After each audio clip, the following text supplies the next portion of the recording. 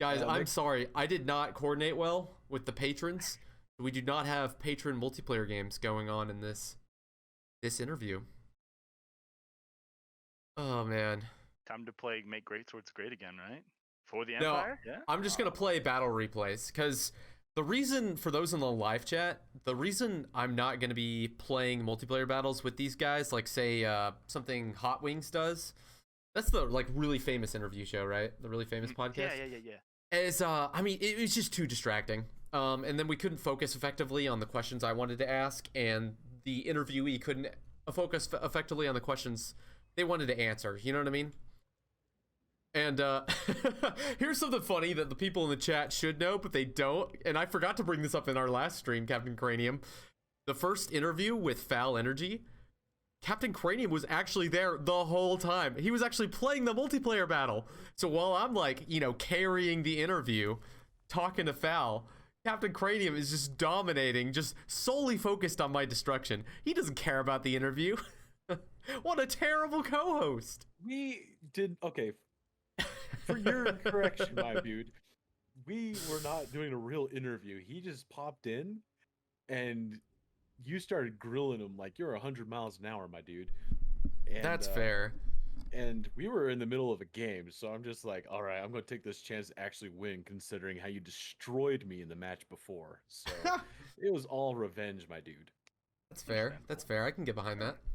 Also, just as a reminder, when you do go in the battle, be sure to hit K before you follow a unit, so you have a more clean screen. Yeah, I think I did that last time. I mean, maybe I forgot once. I don't know. I just saw it. We're going to follow our boy Carl for this one. All right. Whew. Let's start the intro music. All right. To my glorious guests, Captain Cranium. I guess Captain Cranium's the co-host. Razor. You can't hear this right now, but I am playing the intro music. Oh, So can I dance to it? Heck yeah, brother. Bob along like you're listening to something absolutely fire.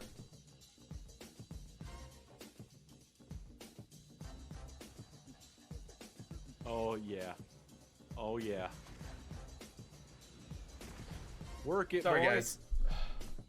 I'm trying to get to where I can see the stream at the same time. Very many technical difficulties. There we go. I can see the whole stream now. This is glorious. All right. That was a long time in the making. For those here live, thanks for sticking with me. Ladies and gentlemen, boys and girls, elves and dwarves, dabbing craniums, and most importantly, fellow gamers. Welcome to the Meme Stream, the only podcast and live stream for memers by memers. Our guest today is responsible for some of the coolest scenes in Captain Cranium and my own videos. And every single one of Okoi's legendary start screen. Howdy y'all, Future Rambles here. I may have been a little unclear when I said that Razzorroger is responsible for Okoi's starting soon screens. How he does it is Razzorroger has a VR set in VR chat with a green screen room and a VR model that Razzorroger supplies. Okoi supplies direction for the skit ideas, clips it, and then finds a way to insert it into his videos. I probably take this process for granted because I have also used Razor to help with my videos. I say that Razor is responsible for the starting soon screens because he provides a unique skill set that would be very difficult for Okoi or myself to replicate anytime soon. Hopefully that clears that up. He probably doesn't even, he probably does not even need an introduction. Give it up for the man, the myth, the VR legend, Razzorroger. Hey, hello, it's me, your boy. Skeet. Oh yeah. Man, Razor, I dig the VR thing, man. I'm so glad you came in like a VR set. That's awesome. See, when I had the opportunity to do this, I was like, dude, there's no freaking way, you know. And then I bounced my ideas with my friends, like, you could do this in VR. I was like, you're kidding. And I was like, no, you could definitely do it. So I was like, I'll try it. And Bob's your uncle. It's kind of laggy. I'm gonna work on it in the future, but ta-da, you know. I don't. That could be on my end too. I mean, keep in mind, all of this is getting funneled through my OBS. Gosh. So, yeah, the more and more intricate stuff I do in OBS, I'm a little worried to like spectate multiplayer battles because there's a very good chance that my OBS will crash. You know what I mean? Yeah. Oh my OBS is gosh. Not very friendly to anybody, to be honest. But yeah, Speaking of thanks for which- having me, though, guys. I am so excited to be part of this, honestly. And we're excited to have you, my dude. Dude, when did you start VR chat? Okay, I started VR chat. Let's see, January 3rd, 2020. I remember that to the exact date because I got up. I had just finished my job, and I was like, I'm done with this job. What am I gonna do to entertain myself? So I went online, looked up fun games to play, and I found virtual reality chat, aka VRC. And well, Bob's your uncle. Here I am now. And it was fun to play around and goof around with friends, do drinking stuff, and just meet people. And now here I am in VR chat doing things for people's YouTube videos. It's nutty, dude. I have no idea. Yo, okay, you keep saying Bob's your uncle. Is that like a common phrase? I've No, never it's heard not. that before. Okay. Never. I mean, Bob is your uncle is a common phrase. Not a common phrase for me to say, though. I just don't know what to say that's not kid-friendly, just in case. You gotta keep it somewhat clean for the little ones. Yeah, I marked this podcast. I'm still in the process of getting this podcast on iTunes. Mhm. I marked it as explicit, just in case we drop some F-bombs every now and then. Like, I'm gonna try not to cuss, but if you guys cuss, by all means, like, I want y'all to be comfortable on the show. That's the most Alright. important thing to me. You know what I mean? You've opened up the gates of hell, and you've not known what you've done. I'll try to keep it somewhat clean, though. So basically, yeah, I just went on the VR chat, and I found a community. It was very fun. And then I started thinking, like, there's got to be other types of communities out there that are like me, who are complete nerds and love their lore of Warhammer, and I found so many. But there's only one that was really good, and I stuck with them. Not to be mean to anyone, I'm like, see which one it Yeah, is. is there like some VR drama going on? Like multiple clans? No. Oh, okay. The Jets and the Sharks? No. So there are different types of groups in virtual reality chat. You have your things like your furries, your anime waifus, your Yeah. mutes, your memers. You have all kinds of different groups, right? Those groups are all great and dandy, but there's one group that just really interests me, and I don't know if you can notice. They're really good at it. It's the Warhammer community, and I didn't know they even existed in VR chat. I was blown away by all this stuff. Yeah, no, Like, it's yells out of I didn't know nostalgia. either. It's a super niche community, man. I'm just visiting Thorgrim for the holidays, Okay, Gotta check up on him.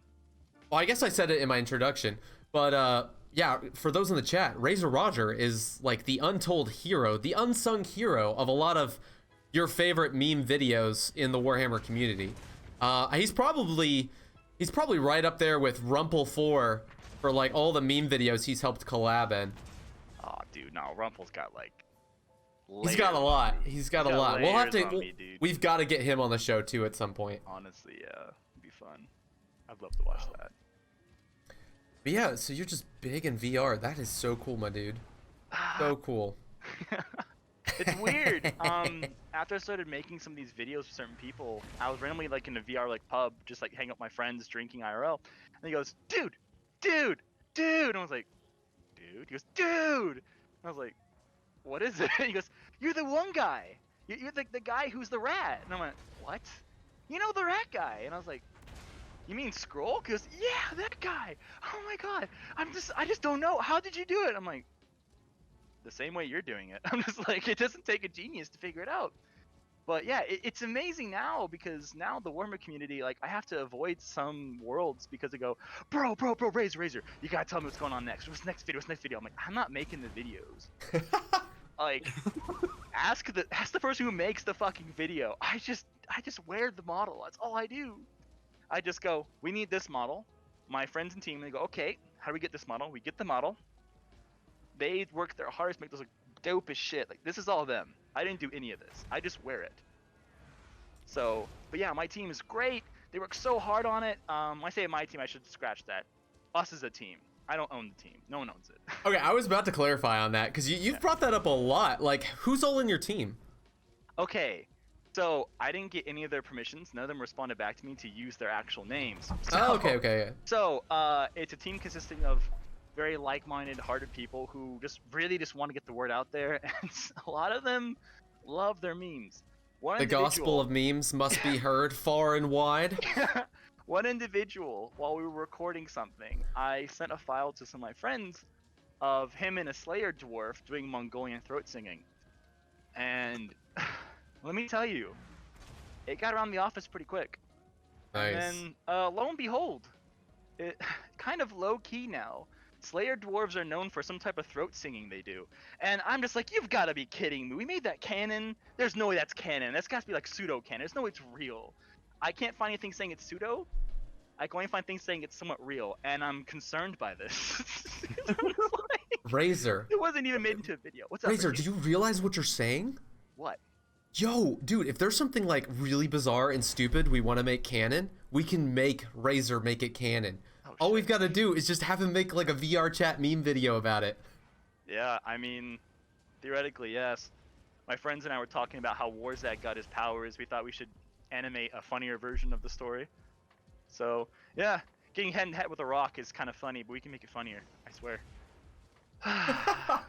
Yeah. You can make know it what this funnier? sounds like though? What? You and your little crew are actually orcs. You guys just believed something happened and it became real. It's majestic. Yes.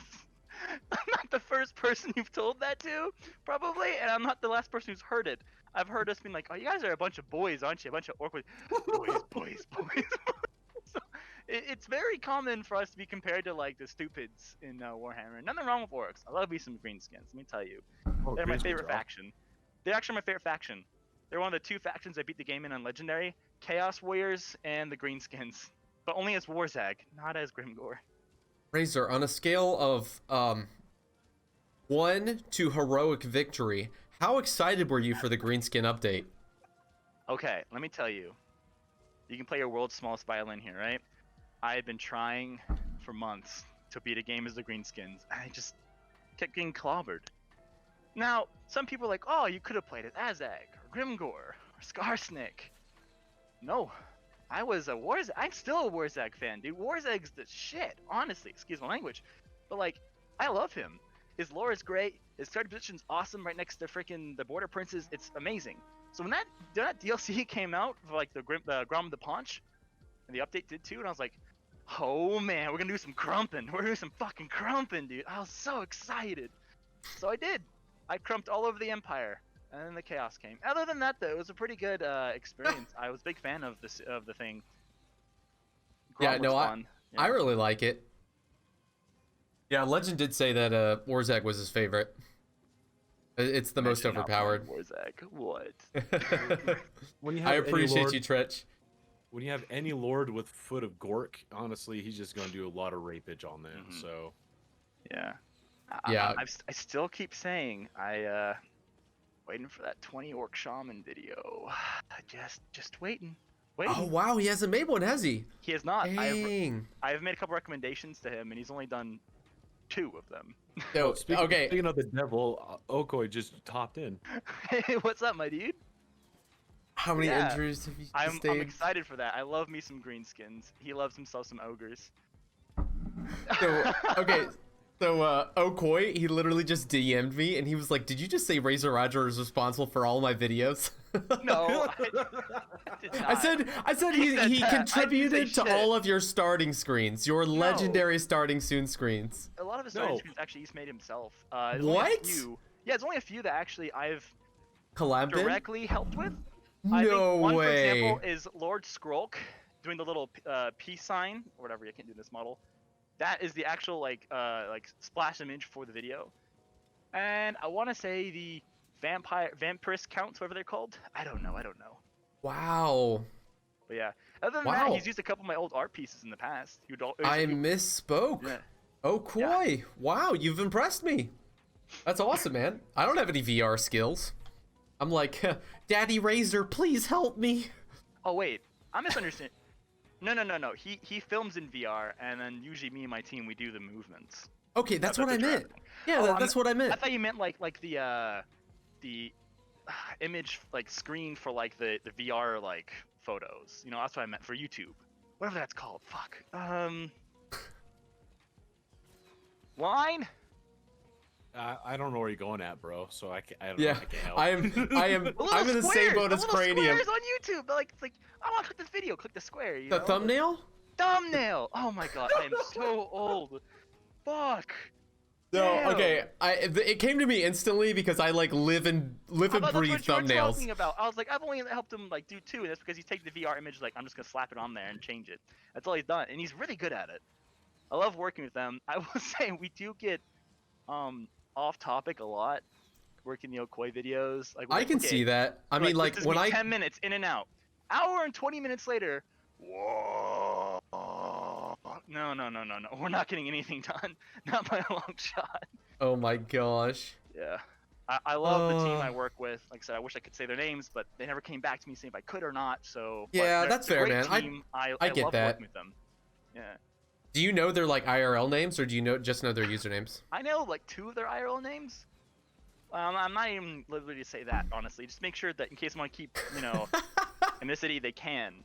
And, Razor, maybe. Huh? You make it sound like their IRL names are less sacred than their usernames, like their gamer tags. Because if you search up a name, 1,000 people show up. Search up a gamer tag. Oh, they like got a 2. basic. They got a name. Oh, shut okay. up. No. All right. Next question. Razor, I got a wild question for you. Yeah, what's up? I've been thinking, like, I follow people like Ludwig because they're really big streamers and I want to get big at streaming. I don't know if I want to get big, but I want to be good. I want to see what the best practice is. Is there like someone you follow in the VR community as like a best practice? Or are you like the role model that other people follow? Because I'm actually kind of curious about that. Like, what's that community look like? All right. The community itself is full of all kinds of streamers and VTubers and such, and full body thotties as they're called in VR. And yeah, it's a real term, unfortunately. But a lot of them will go around and do their own thing, and some of them, on a personal opinion, some of them are a little bit more like hoity-toity, like, oh, hello, I am Streamer Lord 555. You cannot match me in my superiority. It gets really annoying. Yeah. In fact, when all your friends are like, dude, I just met blah blah blah today, I'm like, congratulations, what'd they do for you? And they said hi. It's like, oh, kudos, kid. Me personally, I don't really look up to any VR streamers except for one, and it's because his content's always fresh, with a little bit of recycling. His name's Lolathon. He is the meme lord of VR chat. Any type of prank and meme you think, he's done it. All right, I'm gonna check him out. Does he make YouTube videos of it afterwards? Yes, it's all on his YouTube page as well. Nice. I've been in a world with him once. He is the only streamer that I've ever bragged about. Like, I've been in the room with him. He talked to you? No, but I was in the room with him. Like, the only person. That's hilarious. And Oh my Razorroger, gosh. What did that do for you? You know what? You see how I'm gold-faced? My gold rod was a little bit stronger, you know what I mean? Oh! The lore of metal. Yikes. Lore of metal! Yes. Can't get much harder than that. A very hard rod was born that day. Yeah. Good lord. Oh man. Yeah, I was once in the same state as Robert Downey Jr. Thank you very much. Oh, fuck, dude. That's what Razor sounds like right now. Give me the deets, bro. Give me the deets. But nah, so the VR chat community, unfortunately, is filled with a lot of people who do think they're better than other people. And the worst part is if you, in a very non-violent way, bring up like, hey, they're kind of being superiority, their followers will swarm you and berate you. Oh no, they're like those toxic YouTubers. Yes, it's a toxic community. Full of drama. That's why annoying. I try to avoid as much drama as I can. My boyfriend and I, we just avoid as much as we can. We're just try to stay out of all of it. We're just gonna play games, play Uno in VR chat, bingo, Kerplunk, all those stupid games. We play all that kind of shit, that's what we do. Razor, Yes. important question. Have you ever questioned that maybe the drama is intentional? Oh fuck, half that drama is totally intentional. Like, there are people we know that just they will start drama just to show that they have power. I'm like, why? It makes no sense. Let me just make Warhammer content in worlds like this, full-fledged dwarven worlds. Let me do this for once. No. It's always like drama this, drama that. Now, thankfully, people I work with, no drama. It's always memes. Just Perfect. memes. So many memes. Shout out to all my Great. meme lords. Hey. Good to hear. So, Razor, the reason I brought that up is because maybe these big people with like the followings, they have YouTube channels, and drama is a great way to grow your channel. Oh, You yeah. hate to see it, but it is what it is. Yeah. You know, I don't think I'll ever like intentionally stir up drama, but I will kind of like play around with people. You know, I played around with Linksy a lot, but I don't know. I don't know if I want to be that guy who's like intentionally starting drama. You know what I mean? Yeah, dude, you just need to like start picking fights with people like you know, Legend of Total War. Just be like, yo, dude. Yeah. You could've Legend, hit 2 you're more actually units. terrible at Total You should War. have kicked 2 more units there, but no, you fucked up. You fucked up. I know I could have done better and just not show proof. And just be like, I did it Dude. on stream. Delete the stream. Sorry, man. It's so funny. The thing is, when you're watching someone stream, it's so much easier to pick up on their mistakes. Like when you're actually streaming, you're thinking about, you know, 3 other things. So I was watching Legend's video earlier today, and I was like, yo, Legend, man, they aren't coming for your troops because they're all in stock. You know, they just can't see your troops. And sure enough, Legend caught it like a minute later. But, you know, it's hard to blame him because, like, when you're actually playing the game and you're juggling, like, 3 other things, it's hard to notice. But, yeah, guys, I've been meaning to set a timer on the stream and just basically just reset it every single time I mentioned Legend of Total War. Oh shit. Gosh, dang it. All right. Let's talk about My Little Pony. What's got this? So my favorite is Pinkie Pie. I'm kidding. I don't know. That's a name. It was pulled out of my ass. I swear. Okay. No Rainbow Dash though. That one I do know. Yikes. Kevin Cranium is dying right now. Oh, dude, Oh, that was man. so Yeah. perfect. Yeah, Pinkie Pie. dude. I could say something about Pinkie Pie, but not stream friendly. Not at all. Trust me. Yeah, Trust yeah. me. Not Yeah, let's stream try and friendly. keep this at least. Exactly. Change back is now following. Thank you. Okay, I just realized I forgot to set the stream to Warhammer. I know we're just chatting, but it's kind of a Warhammer stream. You know what I mean? Yeah.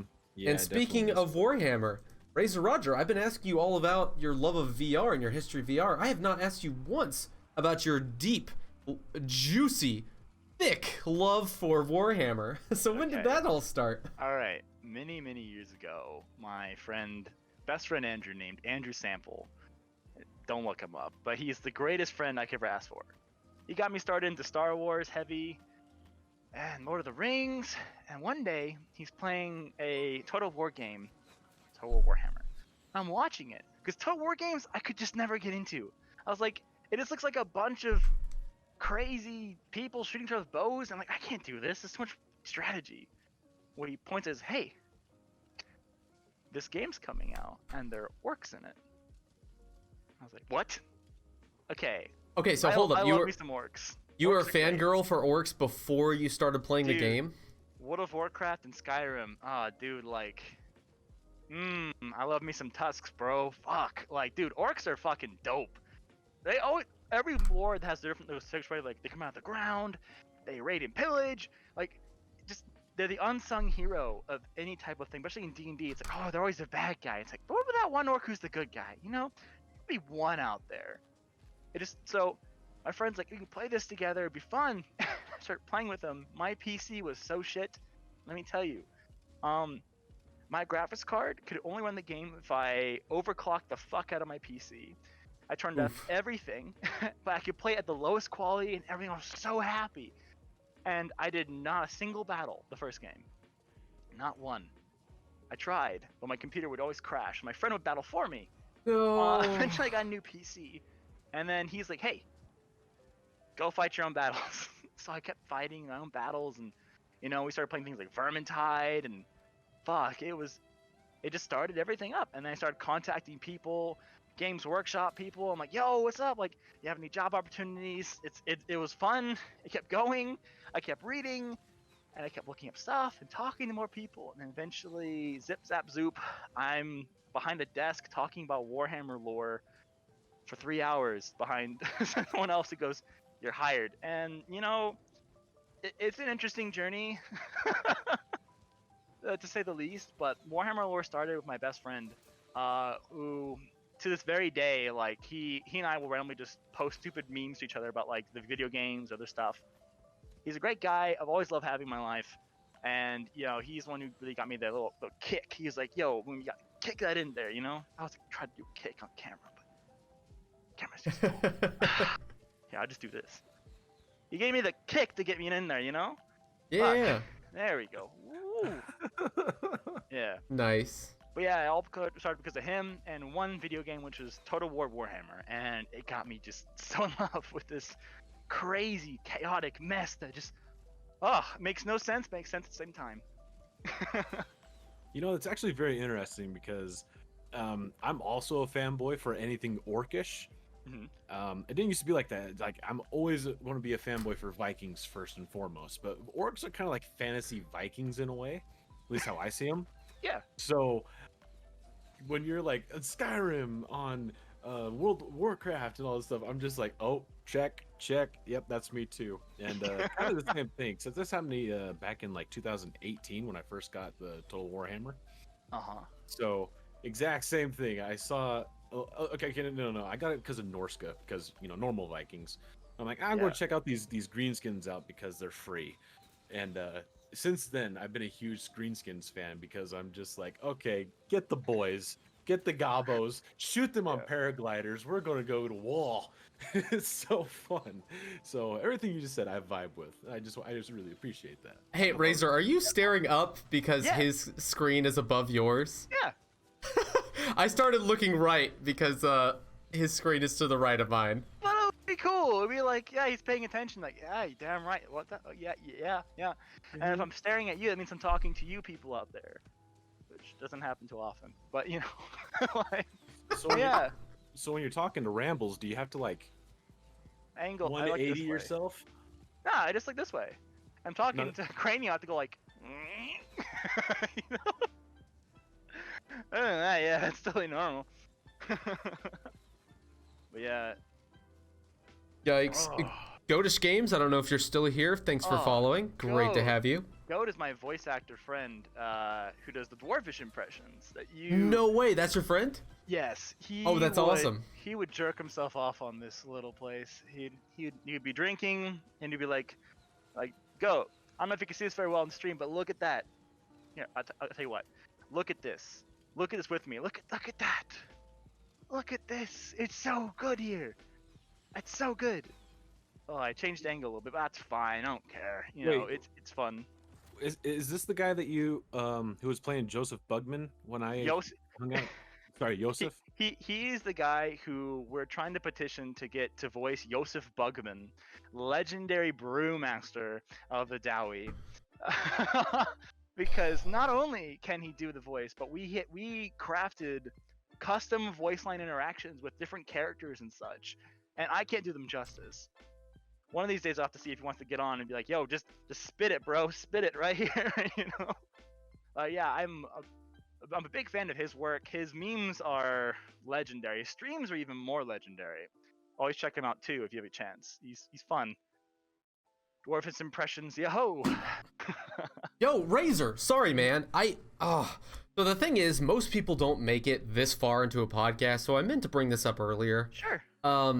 Is there any place you want to promote your content? Is for the audience who want to support you? Is there a place you would like to redirect them? Something you're trying to push? I know you kind of dropped the YouTube thing for a while. Yeah. We'll get back to that later on. The only YouTube thing I have that's worth watching is that VR adult film. Yeah, the Pornhub parody. Yes, the Pornhub parody. Pretty funny. It's pretty funny. I like it. Things to promote. Personally, I have a Reddit, and I usually use for my arts. I just spew them out. I have yet to actually record any full body experiences. I'm thinking about maybe doing that, because some people are like, I had someone literally the other day tell me, "You're not that guy in the Okoi video," and I am right here. And look in the check. I'll read it. You're not that person. I'm like, oh, so you can't read then? I'm sorry for you. Like, I get so many people would just be like, bullshit. I'm like, no, that's me. That's me, and that's my buddy blah blah blah, which I can't say his name. My other buddy blah blah, which I also can't say his name. You know, like, I'm like, we do all this stuff for fun, not for money. We just do it for fun. And they're like, oh nah, bullshit. That's in the game already. He did it from the game. Like, no, what are you talking about? No, why? No. How? If I could, I would, but I can't. So I'm like, Razor, Dude. please help me make this cool meme.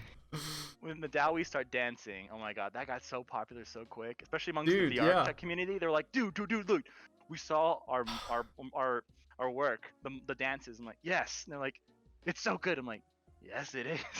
Like, do you know how many people have texted me IRL? Like, dude, you did not.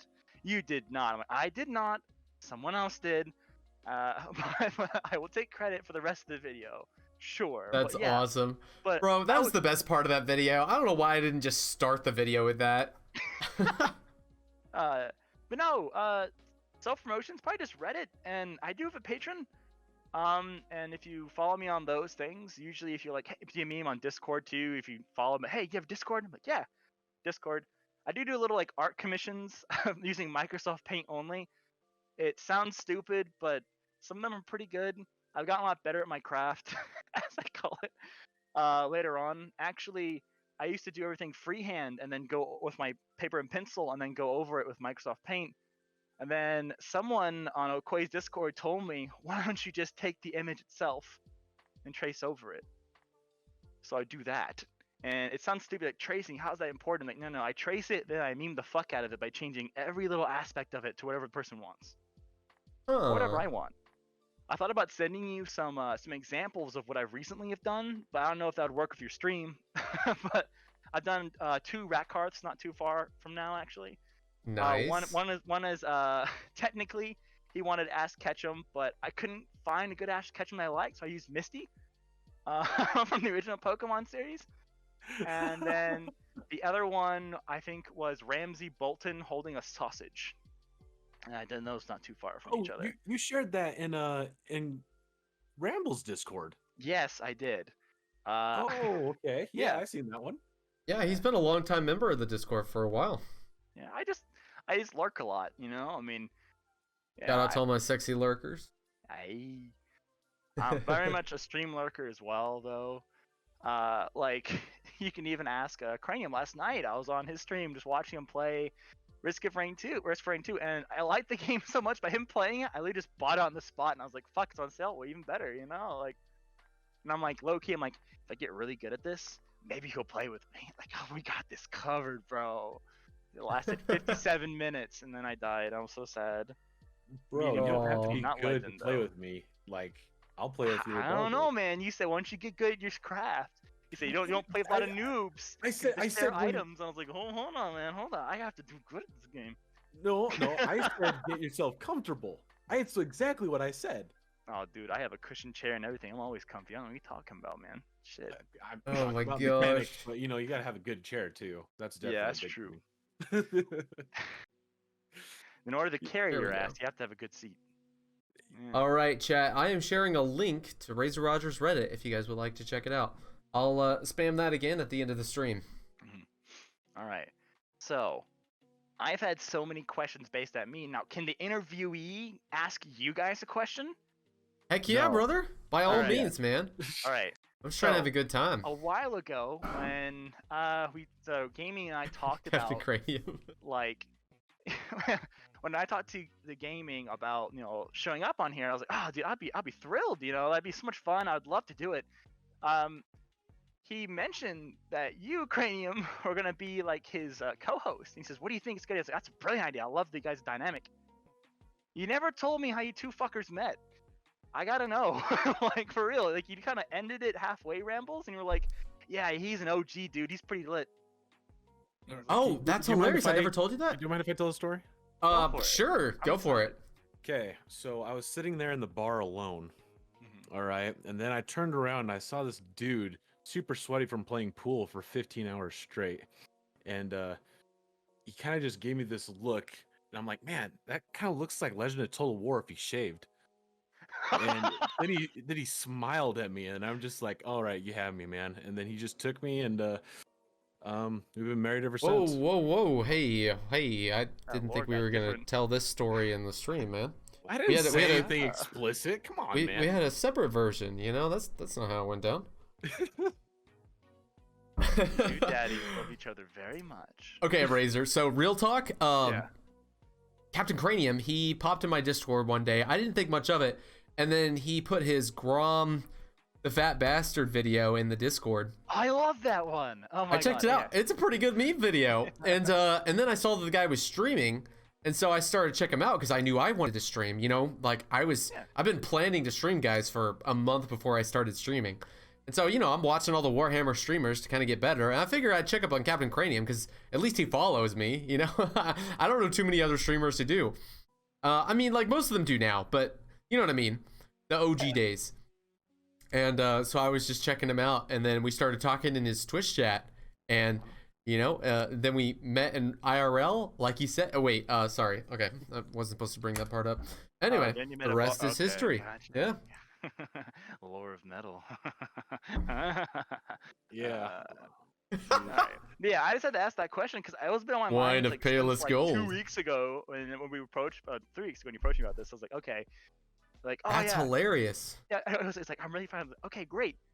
And I never got the moment to talk to you about it. I was like, how did you fuckers meet? Okay, that makes sense then. That's cool. That's cool. It's always great in the gaming community, like links one person to another and you just go boop. You know, it's always super nice. I love things like that. It's super cool.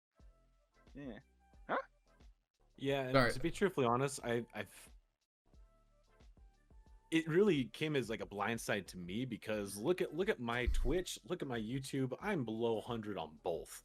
Yeah. So having this guy with what is it now, like 16,000 subscribers? I mean, Yeah, I'm not even close, man. I keep losing subscribers because I'm switching up my content. dude, I've lost subscribers and I'm not even like past 70. So We'll blame COVID. yes, COVID's fault. But Oh this my guy comes gosh. up to me and he's just like, he just comes to my chat and is just like, hey, your Grom video is pretty cool. The first half sucks, but the last half's lit. And I'm like, Oh sweet, that's no, all I you need to did hear. not do that. And I did. Holy And shit. then- Dude, like, Savage. well, Razor, you gave up on YouTube a long time ago, but like, I look at the analytics and retention is terrifying. Like, I didn't understand this for the longest time because I used to watch videos all the way through, but it's so hard to keep your audience's attention. Yeah. Uh, That's when you just offer free giveaways at the end of the stream, at the end of the video. Watch no, my I mean, secret for code, real, you and then really you'll gotta get pull exactly all what the you want. tricks. Xbox 360. I don't know, shit like that. Dude, I don't know. I mean, there's a reason people say that in their videos because people leave. Like, you're lucky if you have over 30% of the audience still there at the end of the video. Yeah, but your little story of how you met actually reminded me of Okoi in kind of a way, except for it was a little bit reversed, and I'll explain. I started dealing with a bit of depression, so I started working on these little art edits. I was like, oh, it makes me feel happy when people will comment on them, right?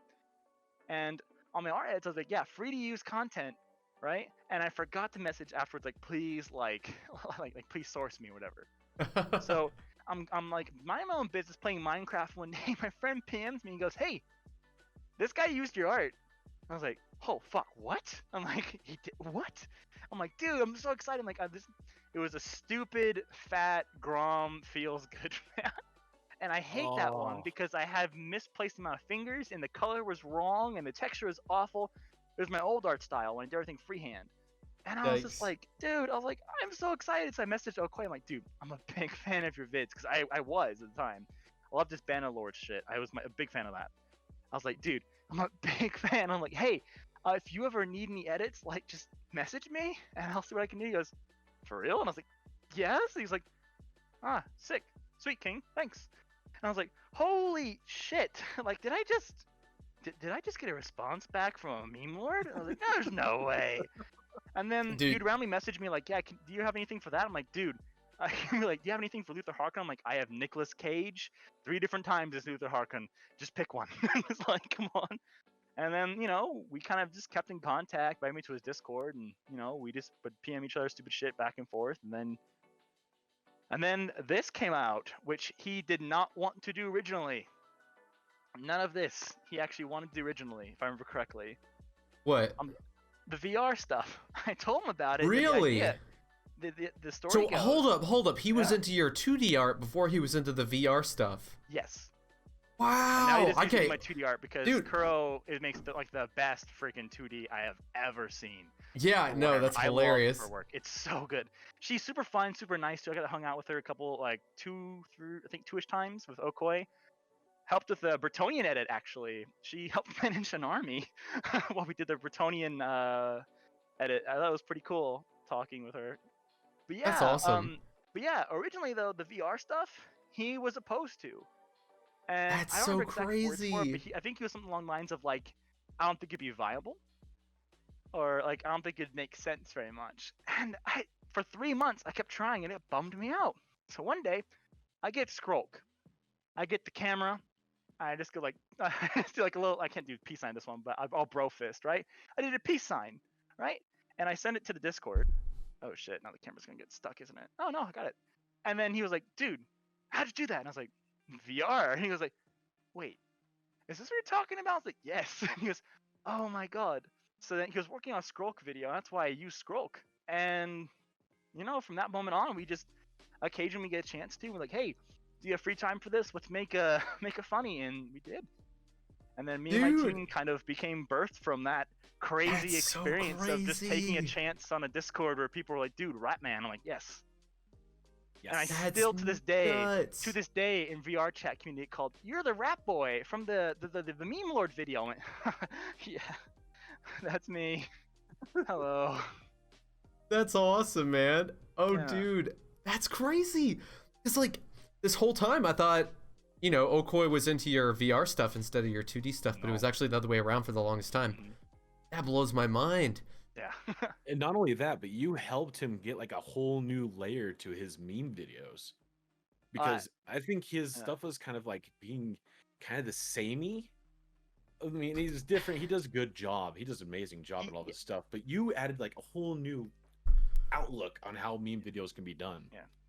I had the idea, the brainchild for it, but like I said, there was a individual who I met at a drinking game, a drinking world called the Great Pug, who was drunk off his tits, but it sounded like that, or he was pretending, because he was Luther Hawken. And I look at him, and I look at his mom, and went, that model's reversed, because I know my models. He goes, hey, I'm trying to make it work. It's kind of, we're trying to figure it out still, blah, blah, blah. And he's like super into it. And we talked for a good hour and a half.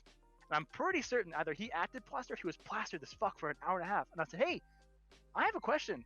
Do you have like any more models like that? And he goes, yeah, I have a whole world dedicated to it. And I was like, what? I have a whole world dedicated to it. And I was like, what if you and him being Mr. Blah, which I can't say the username. Yeah, I think I met him once. Yes, you might have met Mr. Blah. We can't say the actual name, but Mr. Blah is a legend. Oh my god. But yeah, him and his friends were all like goofing around, having fun, and they were using these models for PvP. And I'm just like, we could do videos, And they're like, what? I'm like, think about it. I direct it.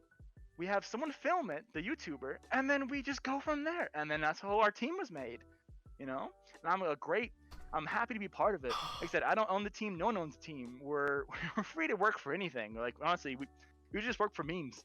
We love that kind of shit. In fact, some other YouTubers have come to me like, hey, do you have time for a skit? Like even actually, you both have come to me asking, hey, do you guys have free time for a skit? I'm like, I can do it. On my own, I could do it. Because they're all busy with their own lives too. Fortunately for me, though, I have a lot of free time on my hand, and I was like, sure. So I believe I did 5 Dwarf Lords for you, Rambles. And for you, me and my friend Sly, we did Throg versus Nakai. Yes. And we had so much shit for that video that didn't work out, so we just ended up with us slap fighting. We did so many takes of us doing combat, and it's like, you know what? I loved it better. I was like, I'm so glad. I was like, hey, we should do a slap fight one, just in case. Do you mind if I just kind of elaborate on this story a little bit more? Go for it, dude. I'm all ears. Okay, so after seeing you do, I'm gonna call them commission pieces for Okoi. After doing it for Gaming Rambles, and then I asked Rambles, I'm like, how'd you get those custom models? He's like, oh, you gotta ask Razorroger. And that same day, I sent you a DM on a Discord, Yeah. and you're like, "Yeah, we can do it later tonight." I'm like, "Sweet." And then we get into that, and I'm like, I come in here with this idea. I'm like, "Let's recreate the Godzilla versus Kong trailer," and you're like, "Cool." And you told your friends about that, and they're like, "Cringe," and I'm like, "That hurts," but you know it's true. So we go in there, and we like super serious most of the time, and I'm like, "All right, that looks badass. We're gonna keep that." And then you do the silly slap fight. And I'm like, okay, that might be good for like a a laugh funny reel after credit. afterwards. Yeah. Yeah. And then the dancing afterwards, like, all right, we got to keep this. I mean, it's a meme video. You got to do the dances. I didn't keep any of the action parts that we did. They just did not turn out the way they did. And the slapping part ended up being the whole like it carried that video. I love the build up to it. It's like dun dun da da da da dun. It's like dun dun. It's just like oh no. It was just Then I laughed so hard. I was eating popcorn. I remember when I first saw it. And I just went. And I was like, okay, let me drink my Dr Pepper real quick. But I love it. just it was so perfect for that Yeah. video. And then I realized like, why didn't I just let Razorroger and his buddy just do whatever they wanted? Because what you guys did made the video. Nothing I said made it into the video. All of it got deleted. The only things that I kept were your funny parts. I will say. Oh, you hate to see it. I do love direction. Okay. Oh, is my waist tracker dead? I don't Oh, know. I yeah. can't even see your waist. Okay, we're good. We're good. I thought it was. No, we're good. I'm just doing a little woo dance. Okay. But I do like some direction because that's one thing I will say about the Okoi videos is we are a growing community of people who want to work on these videos and be part of something. The problem that I have is that we started with like 3 people, right? And then became 5. I was fine with 5. 7, I was chill. 14, 20 plus, 30 plus. There are some times when we were trying to record something and we have like a bajillion people in the background like going like Weedle, and they're like shooting off rockets. There's a bunch of Skaven doing little Skaven dances, you know, and it's just I love our community, how crazy it can be, but sometimes it can be kind of stressful. So that's why I love direction. Razor, I had no idea there were that many people in the community. Oh, dude, I only missed it a little bit. The Warhammer community is like massive. It is. Like in the VR chat room? There like are. Okay, the 40k is a bit more stronger than the fantasy, but there are people in 40k that'll go around purging heretics, aka Dami mommies, like thotty hotties, as well as like furries, in the name of the Imperium. So yeah, it's pretty big. Easy. Yeah. I think I've seen those just in like random meme videos. Yes. It's very Oh common. my gosh. Yeah, you're right. I think Flash Gets even does a skit on that actually. That's wild. Yeah. Yo, Razor, so you're like an OG in a very fast growing community right now. It's You know- fast, it's heavy, and it looks like freaking like Papa Nurgle, dude. It's fat, it's growing big, it's splitting at sides, hungry for more. It's a fun community. I'm very happy that I was quickly accepted into this community. All it took was for me to be confident enough to say, "Hey, let's do this." And they're like, "Roger." You know, it became sort of like a quick thing. I think my model is dying on me though, because my trackers are. Nope, it's just being crazy. Okay, I'm just in that bad angle. That's all it is. Let me just there you go. So I can rotate myself. But it gets kind of frame laggy, I think. Yeah, but You still look glorious. Let me just say. Yeah, well, thank you, man. You know, just sorry, my dog wants my attention. All right, sorry about that. Yeah, but yeah. Hey, is your dog's name Cosmo? No, it's Gizmo. Gizmo. I thought it. Oh, come on. I was close. You're close. You're close. I was close. I That's a stalked good your name. YouTube the other day. Just as dumb as Cosmo though, for the character wise. This dude used to have his eyes inversely crossed. So when I looked here, he'd bump in the walls, he would just lick the floor, and I'm like, dude, you're so dumb. I'm just like, come on, man, like, do something useful. Yeah, he's a weird dog, but I appreciate it. But when it comes to Warhammer though, I'm super stoked for everything Warhammer related. Battle Sisters came out too long ago for the VR. It's a virtual reality Warhammer 40K game, and I think it's like the first of its kind, if not the first main one of its kind I've heard of. It looks beautiful. I've not touched it yet though. I'm waiting until I learn more 40K lore because I was a fantasy scrub, and still am, dear to my heart. But I'm working on it. But as far as Warhammer goes, though, for Total War, I am stoked, dude. I am so stoked. Honestly, it's so much fun, and there's so many ideas people have for the game. In fact, actually, I think I talked to you guys prior to the stream about if you had any ideas for the game. You could talk about them maybe, because I have a couple on bounce off you guys too. Yeah, that sounds like a good Ooh. idea to me.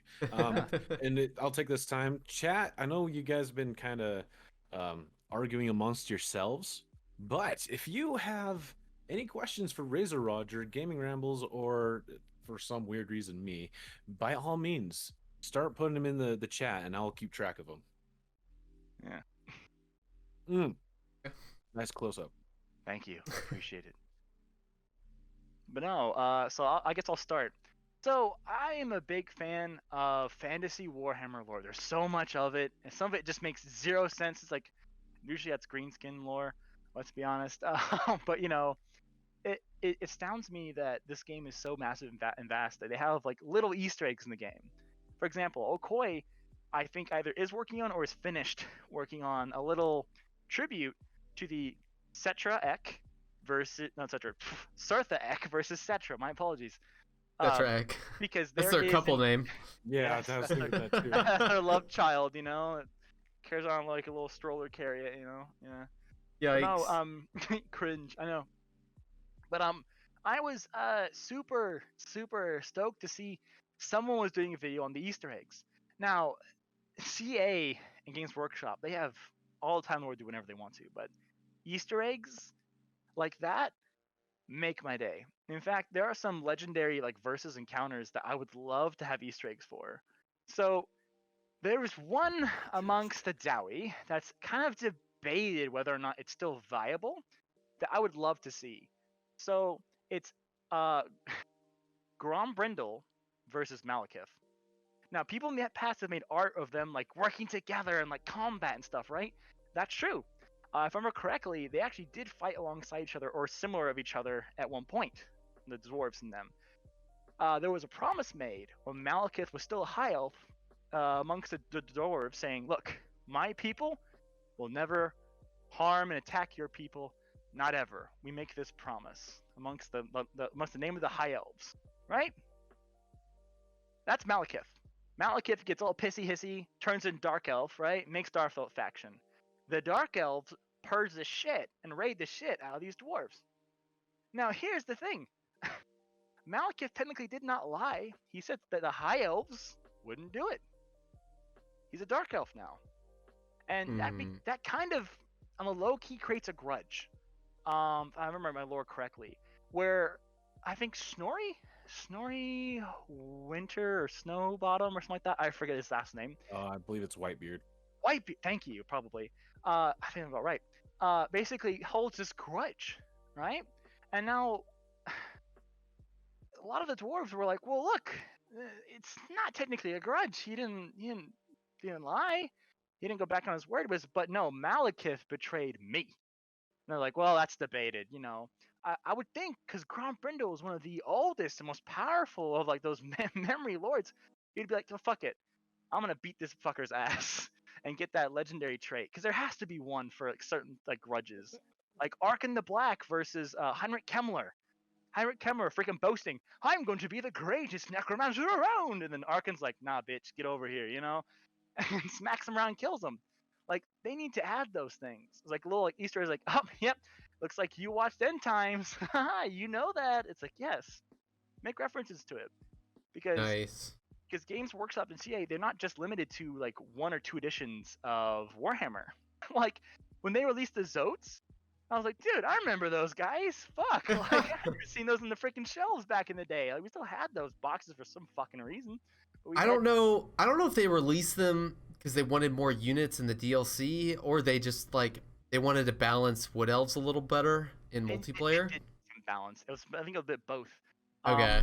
On the personal note, because of the Zotes, when people are like, dude, Rakarth might be a character, but he's from a different edition. I'm like, dude, are you kidding me? Nothing saw Zote. Like, Yeah, come on. exactly. I was expecting Rakarth from the very beginning. I'm like, dude. But except for I expected he was gonna stay in current car. I didn't think he'd be freaking going on an adventure. But hey, I appreciate it. CA does a good job spacing them out, and it makes duo games a lot more fun if you have some space between the two of you. You know. But did you Yo, guys have Razor, anything you wanna we add on got. to it? Sorry, man. I was gonna talk about for the it. chat. We can come back to this if you wanted to. Sure. Call the chat. Jarl is here in the chat. Great to have you, man. And we did get a question. Change It Back asked a question way back in the chat. Oh, shit. So we're changing it back to this question that Change It Back asked. Has Razor ranked the races of Warhammer Fantasy? I want to say the B is Battle, but I'm not. WH. Yeah, Warhammer FB? Fantasy. Yeah, let's just call it Battle. I don't. That's all it is. By his preferences in the lore. I don't know if you. Lore wise, my top tier, it's got to be greenskins, because Grimgor, for example, when the next game releases, you're gonna see a little bit more of his lore pop up. If you don't know Grimgor lore, I highly recommend you check it out because he is a Black Orc. Last time I checked, and Black Orcs are kind of special, so I recommend you go check them out. Warzag's lore is just stupid but funny, and you're just like, holy shit. Azag, Slaughterer, oh my god, he's basically a delivery boy, but doesn't even fucking realize it. Skarsnik, Grom, shit, there's so many. So many. But greenskins are my top tier. My next tier, probably has to be the Lizardman. I once listened to 3 hours of Lizardman lore while I was in a bath, just bathing myself, and I was like, dude, this is so relaxing. The Lizardman lore is so they're the oldest race, as far as I'm aware. They're created by the old gods to represent like the old gods and their master plan, and kind of like the first line of defense versus the chaos. So much lore to there. I even talked to Gaming Rambles about the Lizardmen might be having a little bit of a show up in the third game as well. Just saying, there's a special lizard boy up there who's he's doing the Lord's work. He's doing the great plan for sure. Yes. True. And then probably the Dowie, my third favorite. Just because they're so rich, as you can see around me, like they're so very detailed as well. You know, they have things like the houses, the holds, all kinds of things. But no, the Dowie are just so good with their lore because I love the fact you can have a dwarf that holds grudges, and because of this, they have a very immaculate history base, just like tablets upon tablets of lore. The lore I hate the most, as a personal note, Dark Elf lore. Yes, I'm in the same boat. I'm in the same boat. I think they're so stupid. I hate Elvish lore. I just can't get into it. It's like, my name is Tyrion. I have a stake to the throne. My name is Malekith. I also have a stake to the throne. And then, yes, everyone's favorite Malekith and Tyrion. Going, hi guys, I'm focusing on magic. You guys have fun with your little diplomacy issue, eh? Okay. I don't know. I see the High Elves as Canadians. They're always like, okay, Razor. Here's my thought on like the Dark Elves, because like this is kind of based on a guy who basically just plays the games. I kind of keep up with the lore in the extent that they're presented the games, and I've kind of heard about them from other people. You know what I mean? I'm really bad at like looking up the lore on my own. But the game does a terrible job about flushing the Dark Elves out as three-dimensional characters. They don't make any sense. You know, like the High Elves, I can kind of understand. Malik is the only Dark Elf who makes any sense to me. Because he's like, yeah, he's trying to get the throne. The rest of the Dark Elves, like, I don't get them at all, man. You click on one of them and they're like, ready to murder. And it's like, well, yeah, no kidding. You're in a total war game. Of course you're going to murder people. You have to be saying it all the time. Yeah, I think CA actually did, on a counter note, a really good job on this. Karth, for example, I want to enslave every beast under my thumb. Like, good for him. You know, that's your task. That's your focus. Yeah, okay, that's fair. That's fair. Morathi's like, I found the Fountain of Youth, and I want to technically be in control of the throne. You know, Malekith, my son's going to be in control of the throne, right? You all know that shit, right? And then we have, what's her fucking name? The Crone, right? She's jealous of Morathi, her visual youth and such. So she has to do all these weird things to catch up to Morathi, because she also technically wants to find the Fountain of Youth to look youthful again. Like, they did a good job. the question. Oh yeah, Mouse I Dark. mean, the Blade, lords edgy don't boy. bother me that much. It's more like the dark elves as a society. Yeah. They're just kind of weird. I think Dark Elves need a little bit of a touch up. Being as I'm gonna get into a little bit of it. Chaos Dwarves are also known for holding and hoarding slaves. So it'd be a Nice. similar mechanic. So I don't know how the difference is going to be. Maybe with Dark Elves, you can sort of invest them in certain actions and such, because Chaos Dwarves use the slaves to make things. So maybe combine with Chaos Dwarves like Dark Elf and like the Dowie, so you use slaves to craft legendary items and such. I don't know, like it'd be weird. But the Dark Elves, though, faction-wise, they need a little bit of a. It sounds crazy. Just got like a DLC. They need a touch-up because they're kind of dated. High Elves, extremely so. Oh my God, High Elves is just posh Empire. That's all it is. Let's be honest here.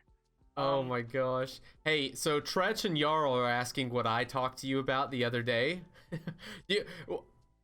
You had to know this question would come up.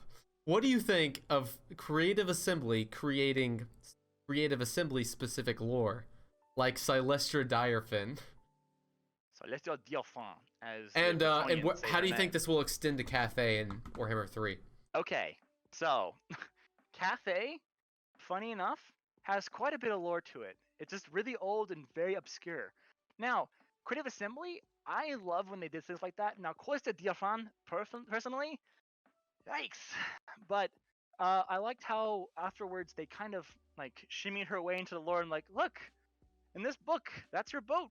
It's crashed over there. Oh, cool. It's like, oh, okay. So, I like the creative recipe for it. I mean, think about it though.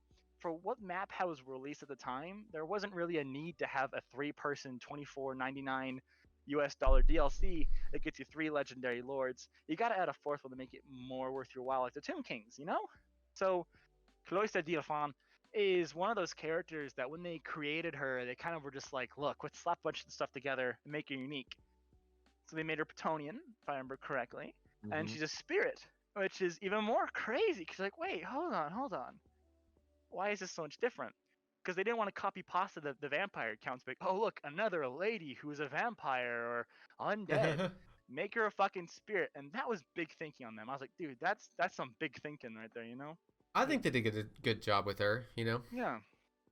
Now her Who campaign. says Creative kinda Assembly lacking, can't be creative? Yeah. It's Creative Assembly. It's literally in their fucking name. Let them be creative, for God's sakes. Jesus Christ, they're a great company, man. Shit.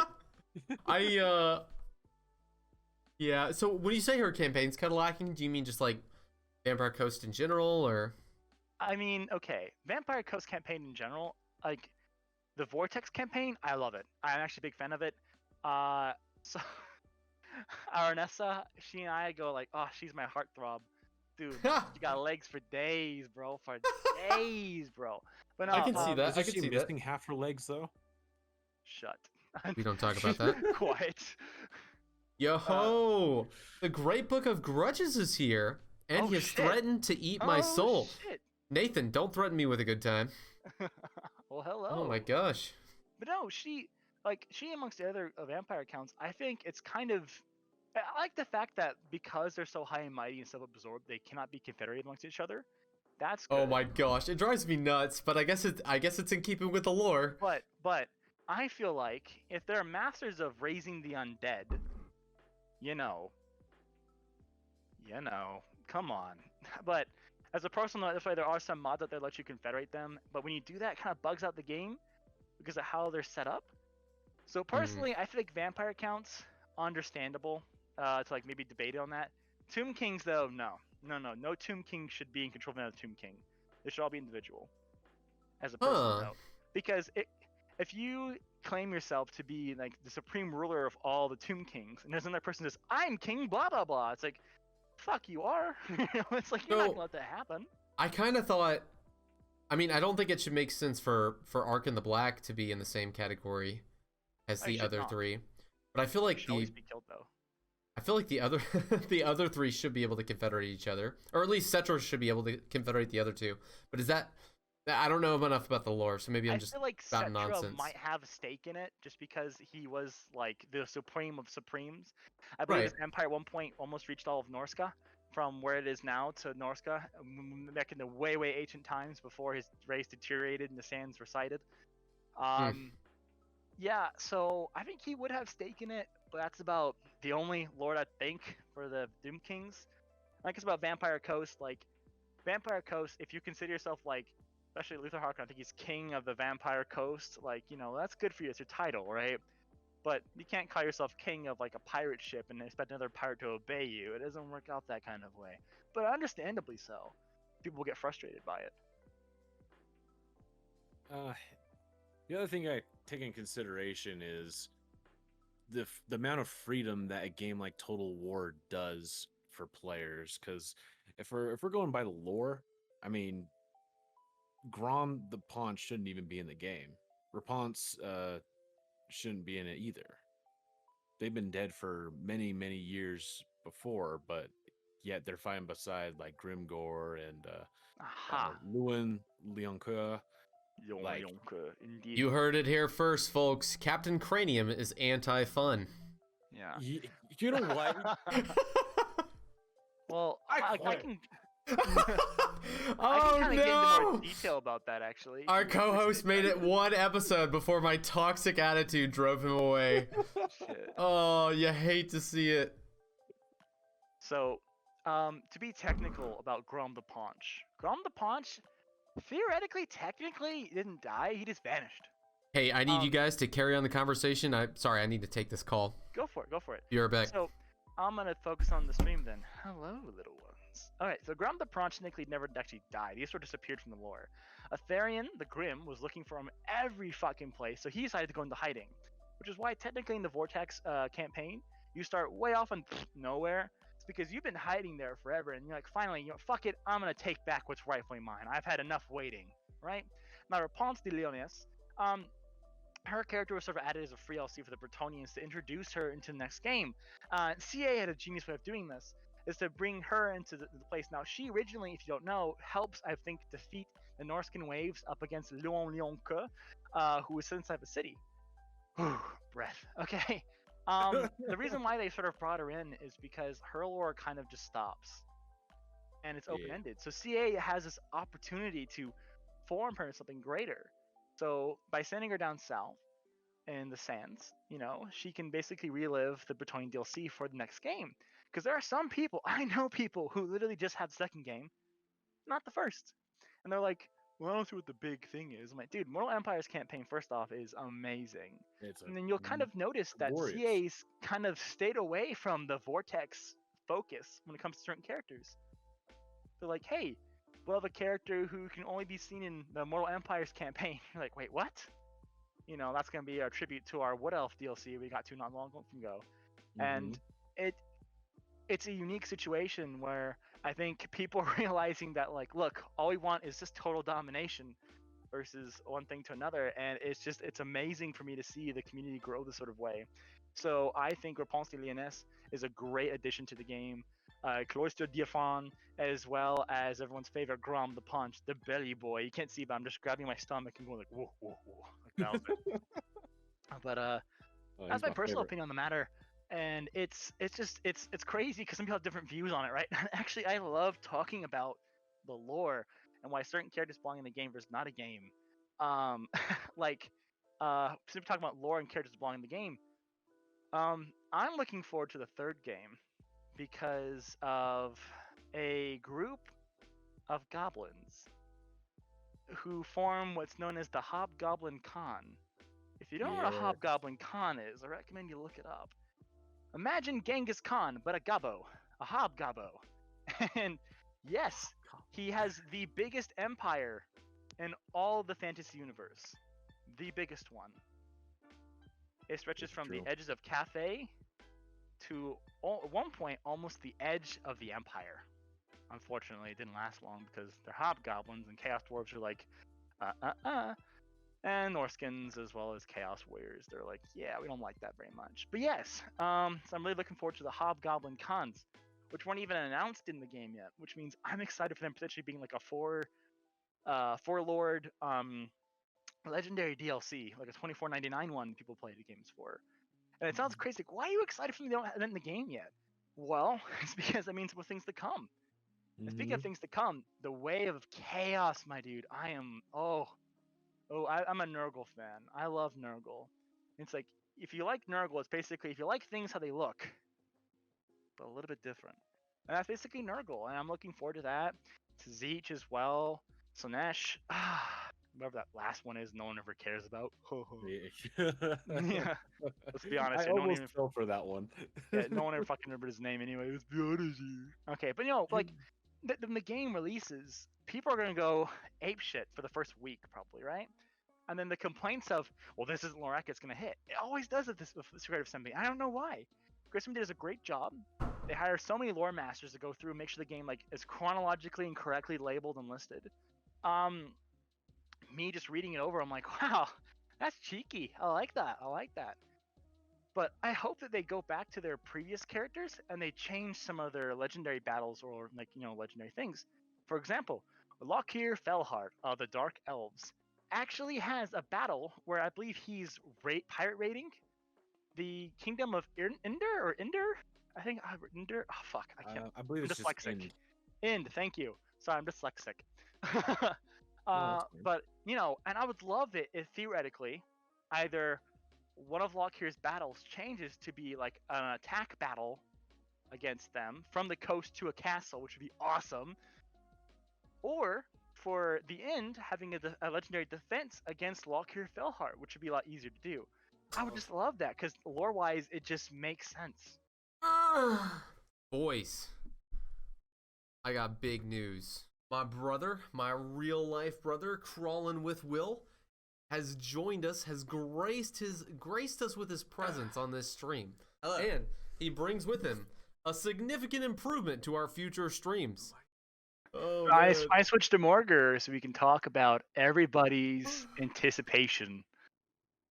Yes. Oh, that's actually a good Beastman segue, overhaul. man. See, yeah, that was why I Do I kept the control model. I was dynamite like, one? I wanted to talk about it because like everybody and their mother, I swear, has been talking like Beastmen need an update. Beastmen need a rework.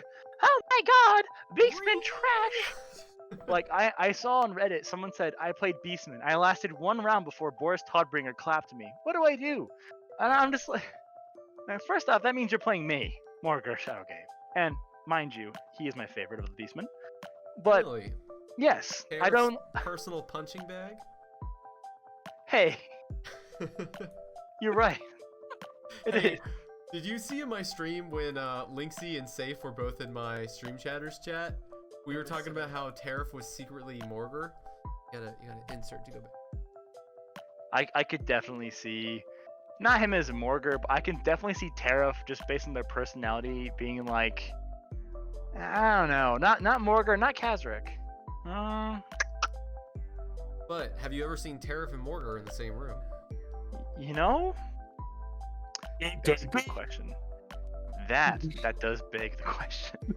I've never really thought about that way. Shit. All right, so are we going to horror Fuck. Tariff's name to get more views on this? Oh, Of course. we talk about Legend, Total War, Okoi. I mean, of course we gotta bring up Tariff. All Next right. is like what, Yeah. Lionheart? Who else? Who else can we chase for clout nowadays?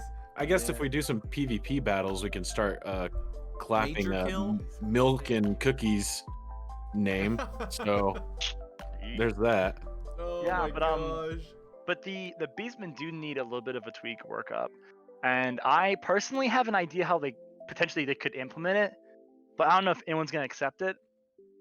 So Well, you have to share that first before we make that decision. Of course. So Beastmen don't really birth each other. They don't, and they just sort of they find each other. So I think it'd be cool, personally, because of how they're found either in forests, rivers, or lakes.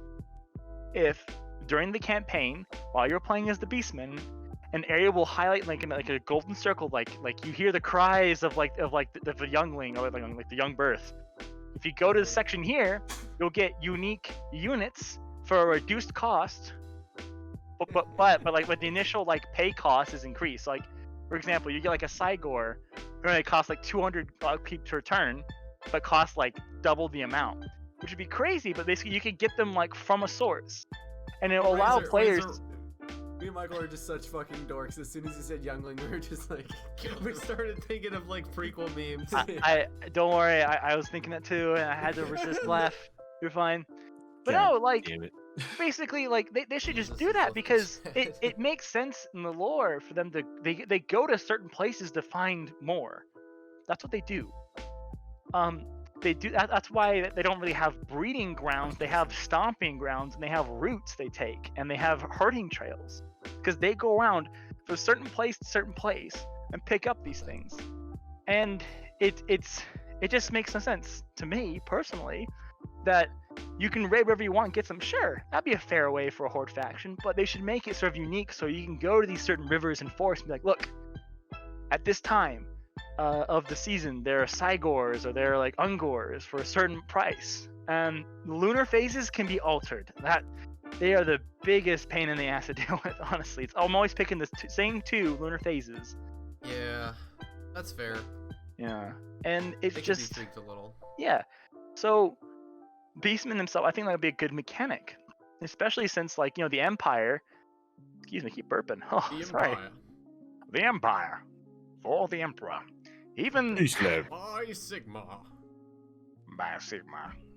Anyway, all these like rivers and stuff of the Empire, they can always trail out to certain places, and it's great to be able to see CA get the detail of the map down like, to the point, but they have all these rivers, but no use for the Beastmen. And Beastmen have beast pass to go around stuff like that, but these rivers should have mouths and sort of lakes that the Beastmen can pick up sort of more youth and be unique to. That way it gets the Beastmen moving across the map. For example, what is it? Malagor randomly has to go fuck elsewhere from where it's at, and it's like, what's the point? What is the point? What do I get out of this other than a legendary item or epic? Who gives a fuck?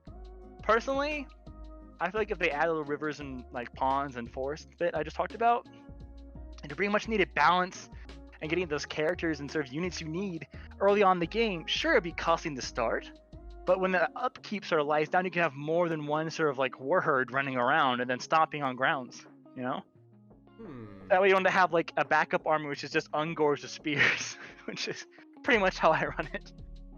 Nice. So would your DLC consist of like regional specific beastmen in that case? Okay. Fun question, you should ask that. Good question.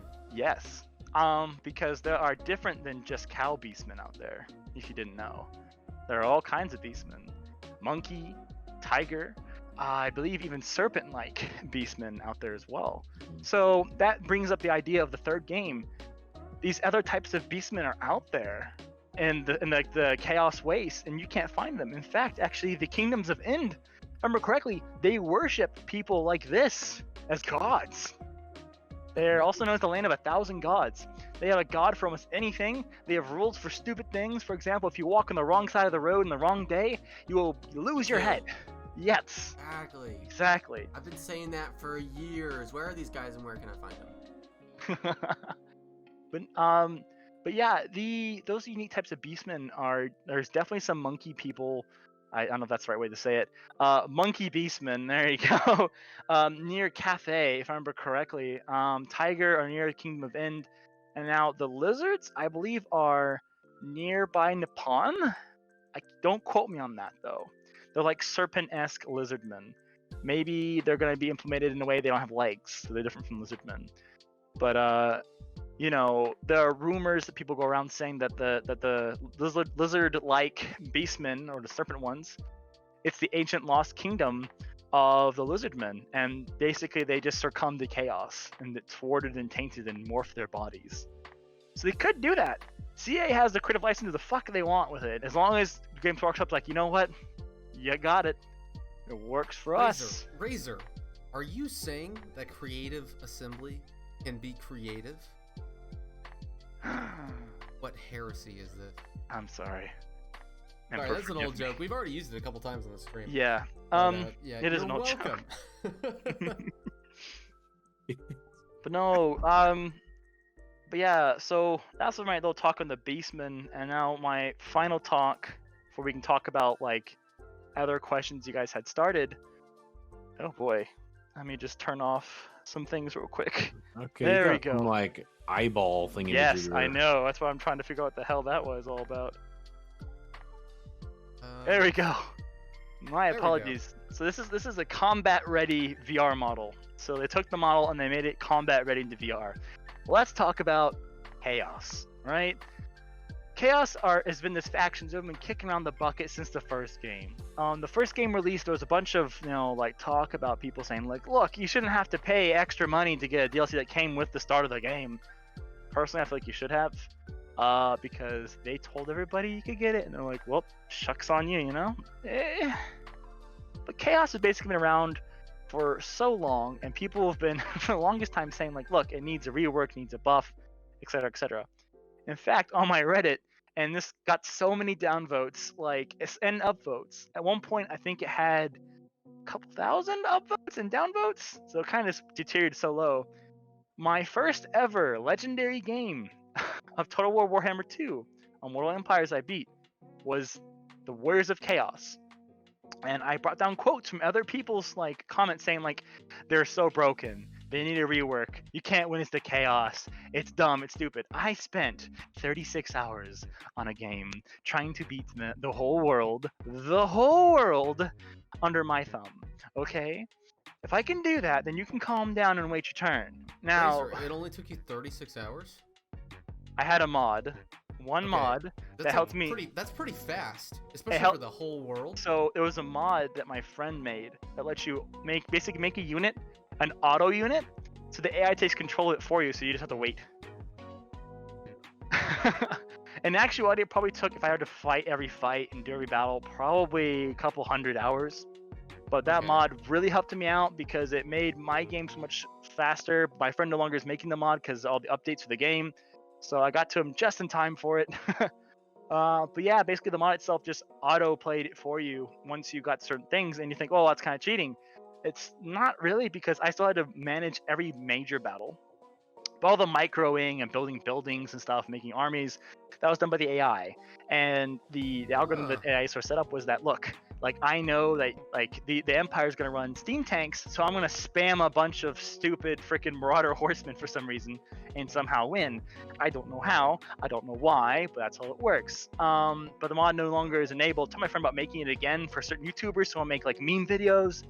He's just out of it. He's focusing on college, and it's understandable. He's doing a good thing. Good for him. Yeah. But Chaos themselves, though, when they come, I think we're all going to be a little bit overwhelmed, and then some of us are going to feel underwhelmed because people are making hype, right? And that's the problem with hype. Yeah. We saw Cyberpunk 2077 just ruined Cyberpunk 2077 because of the hype behind it. It clashed it to the ground. Razor, did you hear what I said? No. Anticipation. I can just walk this way, right, and just get out of the frame. Yeah. Can I go back to my original statement? What? Dang! We're Yeah, brutal go tonight. for it. Go for it. What's your original statement?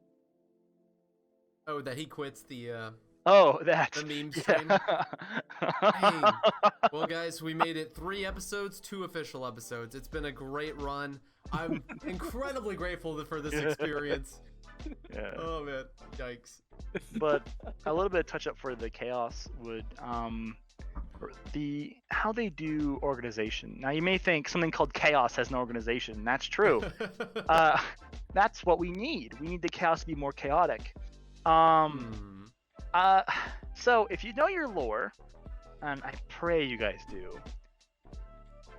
Oh yeah, that Rambles. Throg and Sigvald don't get along, yet somehow they always team up in the game, right? It'd be like another legendary fight where you have to have Throg versus Sigvald, because honestly those two brawl it out and Throg beats the crap out of Prince Sigvald, aka known in the community as Prince Pretty Boy. But it's hold on, like my drip. Hold on, let me do this. There you go. I got the drip. But yeah, but because of this, I feel like Warriors of Chaos, that faction, is gonna get heavily slaughtered in pieces. So Archaon, I think, is still gonna be leading the faction. I don't think Prince Sigvald will be part of the Warriors of Chaos anymore, as a personal note. Yeah, That's interesting. And you I think don't he'll go into Slanesh's faction? possibly, but I think that'd be a legendary lord you have to earn. It'd be a unique situation where you have to earn him by doing X things with the lord you choose from first, and then you earn him as a result. I think it'd be more likely for him because of just how posh and how important he is to the lore itself. Kolek Sun Eater, I don't know where they're gonna put him, but I don't think Warriors of Chaos would be fit there either. Personally, I feel like the Chaos factions are gonna be separate nations and separate, like facilities. You can like basically similar to the idea of Norska. You have to batter them. You have to clobber the leader over the head, but you also have to like take over most of the things and basically have a chance to like fall into your thumb and sort of force one sort of chaos god forward. And then I feel like after you've gotten all of the other sort of factions confederated under one, then the Warriors of Chaos will appear in the main Mortal Empires game as sort of like a look. We're getting ready. We're coming. Because yeah, we're all ready to take you out now. All but coming. Yeah, it would be like a unique situation where it's not just like bland of like, turn 20, chaos is stirring. Yep, deal with them again. All right, turn 100, here we come, right?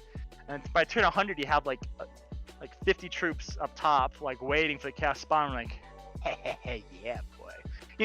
That's how Empire people play. They wait at the top for the freaking, the Warriors of Chaos. But I think if they make it so that you can, like, it can be spontaneous, it can really change how fast they come based on the difficulty you're playing, that will make the player, like, blissfully unaware.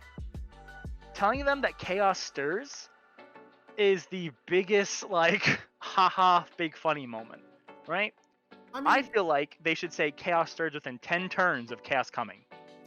To really put your toes like, oh fuck, I have to get ready right now. Instead of putting like turn 20, maybe like turn like 80.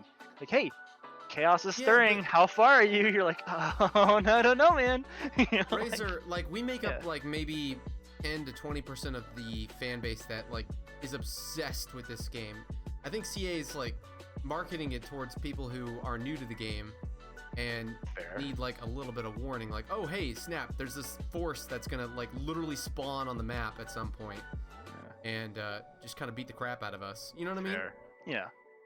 Except on rare occasions, like if you have it on hard or legendary difficulty, you're not going to see those unstoppable armies if you're playing as like anything north of the earth. God, anything south of the Empire. Yeah. No, so you're like right. if you just have your difficulty set to on, then they're going to come up with like what is it, like 5 stacks of armies, and they're going to get absolutely destroyed by Hellstorm rocket batteries or whatever they're called. Yeah. So they do need to touch up in that sense, but I kind of want to understand you a little bit more, Razor. So what you're saying is in game 3, when you have all 4 separate chaos factions ruled under one thumb, I think then the Warriors of Chaos should emerge from their little spawn point they do normally in the second game. So they all become just the same faction afterwards. Basically, one of the Chaos Gods decides, look, we're doing it now, and you're going to listen to me, or else you're going to lose yourself. Like, let's say Papa Nurgle, right? Let's say Papa Nurgle claps the other 3, right? Yeah. Papa Nurgle's now in charge. He can now have the option to, what is it? Like start the end tide. Like, like he can start like the Chaos Tide from coming in. And what happens when he clicks that button, the Warriors of Chaos come out, and they are a separate faction that you cannot confederate. Because Archaon, unless you're playing as him, should not be able to confederate by anybody else. That should not how that work. Not one bit. And also, according to lore, he's kind of he's working for the Chaos Gods to eventually topple him over. So that kind of makes sense too. Yeah. And I think it'd be cool if like he's like, because of how the game's set up, he's like maybe a permanent ally or like a really strong ally. He maybe can deteriorate. I don't know. But like, I think as soon as you summon like the end times, like the end tide, that's when Archaon shows up. And he comes with like maybe like 7 other army stacks and just comes in and claps everybody. Excuse me. Sorry, I'm burping a lot. You're good. So everyone is thinking that Be'lakor is going to become a new Chaos undivided champion, like almost the free LC Lord. Okay. For the thing, I don't know exactly what everyone's thoughts are exactly. But how would you think? Would he be Warriors of Chaos, or are they going to make an even other faction? So, kind I of ties think up like one that you just said. So this is my personal opinion, right? Like I said, Warriors of Chaos are going to get butchered and then swept around. I think Warrior of Chaos are going to be kind of a mix, more of a stronger mix between all of the other Chaos factions and the Norskins. I think he might be a legendary hero for Archaon. Now you're like, why the fuck would that make sense? He cannot wear the mantle of, Bringer of the End Times. He's not allowed to, if I remember correctly. Oh. But basically, he's Archaon's bitch the whole fucking campaign, if I remember correctly as well. He does exactly what Archaon tells him to do because he can't tell him no. He has worked with other people in the past, giving them the mantle of, that the ever chosen, the one to bring over the end times, but he has not been able to ever wear himself because I believe he's cursed, if I'm not saying correctly. So making him a faction leader would be pointless because it just wouldn't serve right. In my opinion. Granted, people are like, oh, dude, it makes perfect sense. He's a bringer of chaos to slaughter. Yes, so make him a hero. Make him work along Archaon the Everchosen. So he become a legendary hero like Roke, Ariel, and I can't pronounce that other wood elf hero for Dryka. Yeah, I know what you're talking about. So yeah, okay, I like that idea. I wouldn't be a lord. I think it'd be better said as a hero because being that powerful, being put under Archaon, which is meaning if like I said before, if he gets his own separate faction of Words of Chaos, like because they take everyone away from it, it would make him more powerful and more likely to keep around as an ally. One sec. Hey, thanks for joining us, Jarl. We understand that, so thank you for joining us, and we'll catch you on the next one, my dude. Later, man. Jarl, great to have you. Sorry we didn't say anything about Papa Nurgle. Yeah. I mean, this is gonna be recorded. A follower of Nurgle. This is gonna be recorded, so we can talk about it. Razor and Captain Cranium. Sorry, I've been meaning to ask y'all. What's up? What chaos deity do y'all fall under? You first. No, you're the guest. You're first. All right. I'm the guest. So. I don't know y'all. I don't know if you've been picking up on what I've been putting down, but Nurgle, that dude's sexy. Oh my god.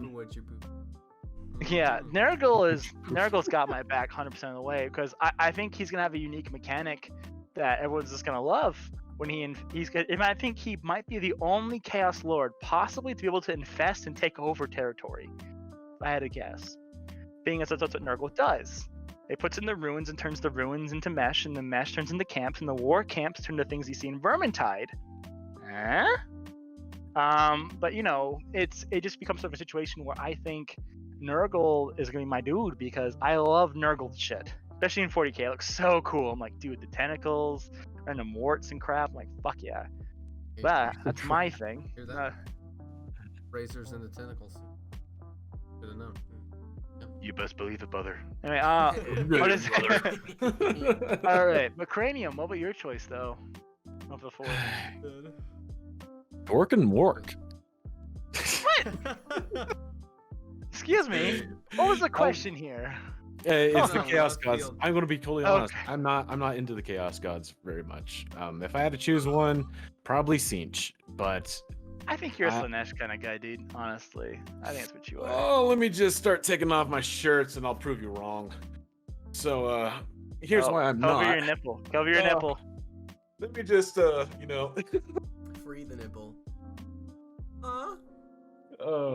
I'm afraid what's gonna happen here. So I'm watching the stream on my right side right here. So I'm not taking notes or anything, but he's getting anticipation. He's getting his his little napkin. He's wiping it off. Lord have mercy. No, yeah, I'm not a huge Chaos fan. So that's pretty much all I have to say on it. But it seems if I had to choose. Now, I'm question. I'm a Zinch person. Oh, that's right. Zinch is pretty good. But a question's been popping around that I got DM'd just now while I was looking at you guys' stuff. Uh-oh. Someone's All right. DMs. What do you guys think about them adding possibly more players to Immortal Empire's campaign for the third game? Because some people say you can't play the game well enough with just 2, with all the factions they're at, that you need at least 4, especially when the third game releases. I'm for it if they make for it a more multiplayer aggressive. campaign? Yeah, for multiplayer campaign. That's interesting. Are you saying for co-op or head-to-head or both? Both. I feel like Especially head to head, that'd be so much fun. Oh my god. when's the last time you played a co-op campaign, man? Like it's. Oh my gosh, sorry, the lo-fi stopped. I played one at February with my friend Goat. We were playing some dwarf stuff because we were playing with a max faction unlocker. So we were talking about dwarven lore while we played it. But no, there's a good reason for it. It's because a lot of factions that you don't think would work together do work together, and some don't. For example, I believe you guys were doing a Wood Elf Dark Elf campaign at one point. Yeah, it's kind of fun. Yeah, Just see, try something different. that's very fun. See, wouldn't it be also cool if while you're having like your Wood Elf and your Dark Elf, and one of your other friends is playing like Beastman? So basically, like, okay, you go in there and you fuck up their shit. You're gonna infest, and then I'll take over the donut.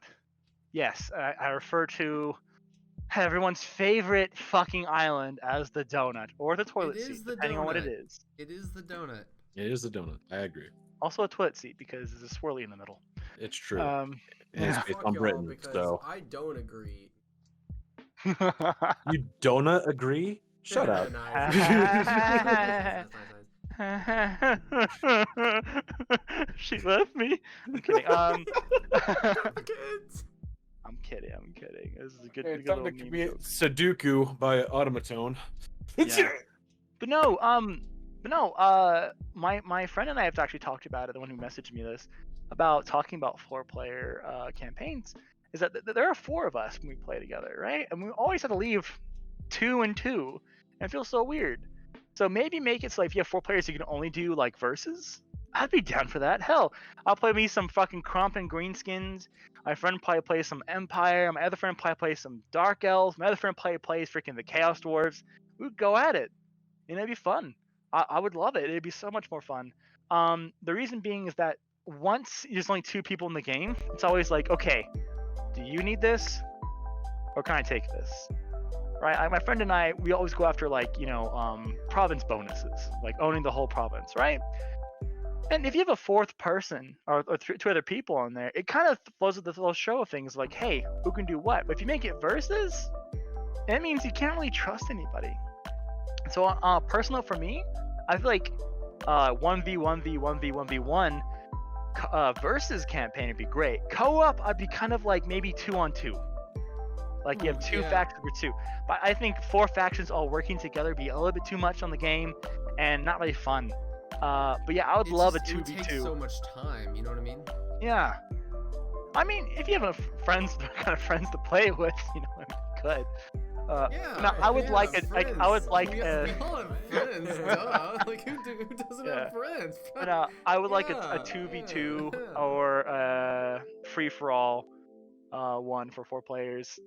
Just as a personal note, I feel like it would add some uniqueness to the game because then you can have things like like my friend was playing the dwarves, I was playing the chaos dwarves. We were against each other, and when my other friend was teamed up with like the Empire, and I was teamed up with the Warriors of Chaos, and we just went at it. It's like, oh, that'd be funny. Like you have 2 Dowie and 2 like humanoid factions versus each other. And it's like, fun. Like it adds some more mixtures to it.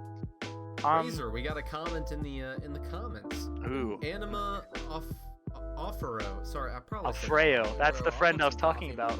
Yeah. Oh, okay. Yeah. They're saying that 4-person free-for-all campaign, most people would get slapped around by better people, especially in a random. Yes. I do agree with that as well. How many people play with randoms? I don't know. Maybe that sounds like a privileged thing someone with friends would say, but I don't know. Oh god. Fair enough, Anima. I do understand that sort of ideology. Yeah, but I would assume that, if you have a 4-person game, you wouldn't just play with a random person. You have like a friend code, kind of like you usually games. So when you and I play, not just open. So maybe they implement that as more of like you have to have like friends to play this, which is kind of mean on CA's part. But at the same time, it prevents people from like randoms who go in there and just fuck shit up and then leave the game, that want to play it ever again. You know? Because don't you hate it, Anima, when there's people who start a game with you and then never want to pick it up again? Crazy. Man, Anima is throwing some shade. I meant Razor gets decimated. Yeah, I do. I get pretty bad. He was the person when I first got. This is my best friend, actually. I told you about guys earlier, who basically would do all the battles for me because my PC was so bad, and I had to watch and learn. Eventually, one day, it was like, just take care of it yourself. And now, whenever we play, he's usually eating his dinner while I'm playing my battles. He's like, God, you're taking forever. So yeah. I'm pretty scrubby at the actual game. When it comes to lore, though, I've looked up a lot of stuff. But yeah, I would like a 2v2 at the very most, though, for campaigns. I think that'd be fun. I agree with the fact that it'd be fun to have 4 people, especially if most of them are going against each other. But Goatish Games brings up a good point about the turn times being even slower than they would be with Force timers. There's an option for that. Even force timers. You can't really do a whole turn. Or you can't no, you can't get much done in a turn. Just like, I don't know. Yeah, you can just play a horde faction. Okay, yeah, play a horde faction. Come on, Nakai got this in the bag, bro. Oh, hell yes, hell yeah, man. I agree with you there. So, but no, like that is a good point, because with Warhammer 3, once you get that, what everyone's terming the Immortal Empire campaign, it's going to be a doozy. You're going to need an NVMe SSD to run that shit, because it's going to take years for the end turns to finish. I mean, very well, maybe. What they could do potentially, I don't know how the coding exactly work for it, is like, let's say, for example, you have one person in Nagrand and one person, let's say, I don't know, in Cathay for some fucking reason, right?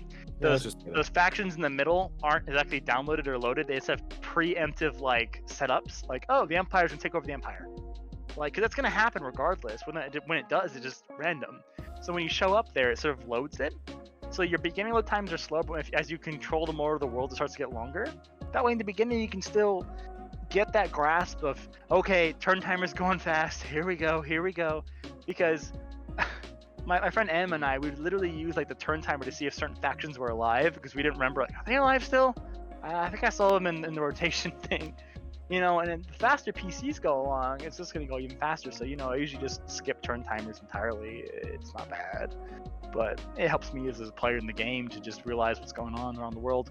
But, you know, as a preemptive clause, maybe just have like pre-set up like ideas of where, like, if you're on 2 opposite sides and no one controls the center, you basically can just go bosh, you know, and then you get what you want, and then just you stay with it. It is what it is. So I don't know.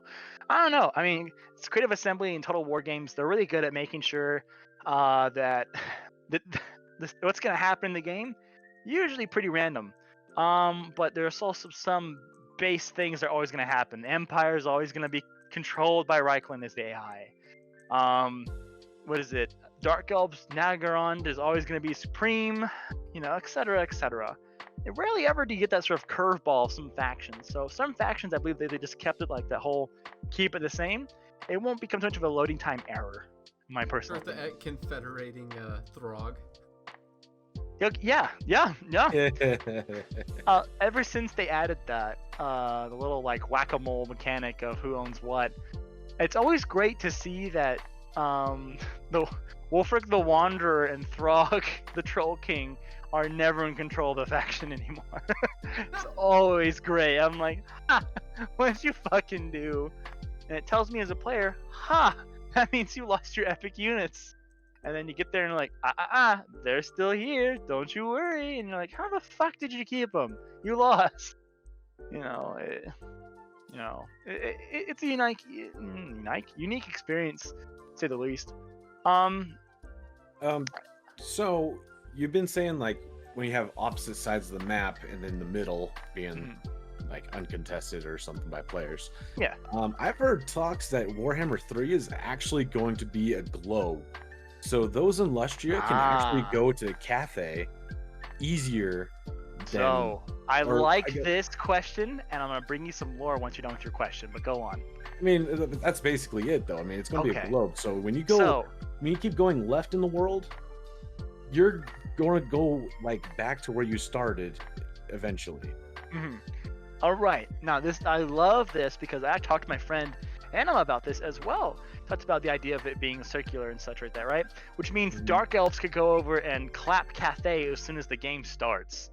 It also means people like the Norskin tribes, Mung, this is my favorite Norskin tribe. Oh my god, I love them. Who literally Sorry, hide who'd you say? behind the Mung. Mung, okay. Mung, yeah. They hide in the corner pocket of the whole map, just waiting there. I would love it for them to actually be able to spread their legs and get further. Now, according to lore, if I'm not mistaken, you guys know Tanoin, alright? Yeah. Master of Big Snake? Yeah. Yes? Heck yeah. Okay, my lore might be wrong, Gotta but call my beefy in the speaks. lore, he summons a gigantic snake god, and it goes into the fucking ocean, patrolling it from people going to and from it, separating the world from one end to the other. My apologies. It's unconfirmed whether or not it's true. That's the thing, you know. But it'd be interesting to see if like there's a chance if players try to swim across that vast ocean. It's basically the Pacific Ocean. If the chance Right. that the sea monster attacks them, which is not a sea monster, it's sort of like actually it's Sotek, you know, like it's the big snake. But it'd be funny as fuck if that were to happen. Whether or not does or doesn't happen, it's kind of like up to the whimsical of like CA. But I would love that. Being able to sail across, it would make campaigns a lot more fun because that means you are never going to be protected against a wall. There are no walls. So I'm looking forward to that. I love it. I would just be more so worried of lizardmen fucking your shit up along the way in their little islands from there to there, as well as Nippon getting on their little boats and going northward to Cathay and going, look, we don't like you. But yeah, I'm looking forward to that. There's a possibility. If it doesn't become a possibility, I totally understand because rendering that much thing back and forth would not make sense to me at all. Yeah, it's a cool concept to think about. I don't think they're going to add Sotek as a random monster. They might do like one of those event things. Yeah. Where it's like your ship just got attacked by a giant snake in the water. Yeah. And then you lose like half your army or something. I agree, yeah. And now you're gone. Yeah. I'm changing models. Hmm. You're all good. Hey, sorry me and my bro are being super obnoxious right now. Like, okay, Dude, you're good. Razor, I'm really sorry. I scheduled our interview, our podcast, like 2 weeks before I even knew my brother was coming over. Dude, you're he's in fine. the middle of his spring break right now. You're fine, dude. I have no problems whatsoever. Sorry, I'm just coming back with Balthazar Yeah, Guild. no, we are being super obnoxious, just cracking all kinds of jokes. And if you No, would it's like me to fine. crack more jokes, if you'd like to see me crack more jokes with Joshua, we will be doing this again on the Gaming Ramble Show as we make Great Swords great again tomorrow. So, yeah, look forward to that. I'm still waiting for Great Swords to even show up. We have 2 in the roster. Thank you very much. Shut your Yikes. blasphemous mouth, Captain Cranium. Yeah, Cranium. You know, Jaren So- wants to see your Sotek, if you know what I mean. Well, he can ask his mom about that. Oh. We cracked Yikes. the same joke in the last stream. I love it. Oh. It's gotta keep it going. Yeah, but let's see, further questions about the next game. So, Kislev. We haven't talked about Kislev at all. Kislev. Oh, jeez. Russian accent. I can't do it. I can't do an Russian accent. I'm sorry. Oh, All right. my comrades in Mother Russia. Finally, the Living Wall gets its own fucking faction. I have been so excited for this. Yeah. In fact, one of our friends has actually been saying that's the first faction he's gonna play as soon as it's available. You It know, should be exciting. I'm super excited for it. yes. He likes the idea of bear cavalry. So he's like, who I want to doesn't? ride bears into combat. Hell yeah. Yeah, it's my friend Zach. He was always looking forward to it. He's always talking about Kislev this, Kislev that. So it's been really exciting, like listening to him go on about that all this time, and being able to just, you know, go. Oh boy. Well, I'm super excited for him because lately, ever since I got into Bannerlord, I've been getting really into the Kiev and Rus Vikings age. And Kislev is basically just that. I mean, a little bit further on in their development, but they're essentially just the Kiev and Rus. Yeah. So like now I'm like, oh sweet, I can actually really appreciate this rather than, you know, getting the game, playing as, I don't know, whatever other factions they have available, then going back and being like, oh Kislev's actually kind of cool. They're actually like a decent human faction. So they're one of the few that I'm actually looking forward to that are humans. Because when I play a fantasy game, I don't want to play as a human. That's kind of boring. I don't know if that's anyone else's opinion, but that's Same. D&D, certainly I how always I roll am. the weird characters, like human. I can't help. Humans are gross, bro. You see us? We look ugly. Crap. Now, greenskins, that's a sexy motherfucker, let me tell you. Ooh. Oh, dude, So- that underbite. Jaren's just said, what is this, the Captain Cranium podcast? So, unbeknownst to most of my audience, Captain Cranium became my co-host because I realized I'm completely unqualified to be a host for a podcast. As long as I get a V Fiona, bro. Oh my gosh. But yeah, so real talk, I've been super distracted this podcast. Sorry about that. You're fine, I'm gonna you're try fine. not to make this a habit going forward. Yeah, I'll be in Ballaham going forward. No, dude, don't. Alabama? That's where he's going to school right now. Mm. Ooh, hey, Who the fuck's here? Sorry, I don't- I saw someone in the background. Did I? I'm trying to think if we hit all of our questions. Hey, pause. The stream just kind of crashed on my end. Are you guys having any issues? No, I don't. It might be my internet provider. Okay, now it's normal. Possibly. Never mind. Okay, I guess I'll make sure. I was like, I don't see the problem. Yeah, Okay, someone's I been am running running around out the of background in questions. this stream. Apparently, I don't know how long they've been here. Oh, sorry. Gosh. Maybe I shouldn't Right. be drinking during these streams because I literally can't think of anything right You're now. damn right, Jaren. Razor, Mm. do you have any plans to monetize your content? I know you're selling commissions for art right now, but any well, future plans? So future games? that's the fun part about this. I didn't talk about this a little bit before. I'll get more in detail now. Is that when it comes to the models, my team and I cannot take any credit for these models. Not one bit. We're legally Right. not allowed to. Creative Assembly and Games Workshop owns these models. We just use them for these different uses. Now, for the actual like being able to go around these VR stuff, I don't know. We've thought about it, and we were like, well, possibly. Like, I thought about like if I were to reducing charges, we would use the money to buy people copies of the game.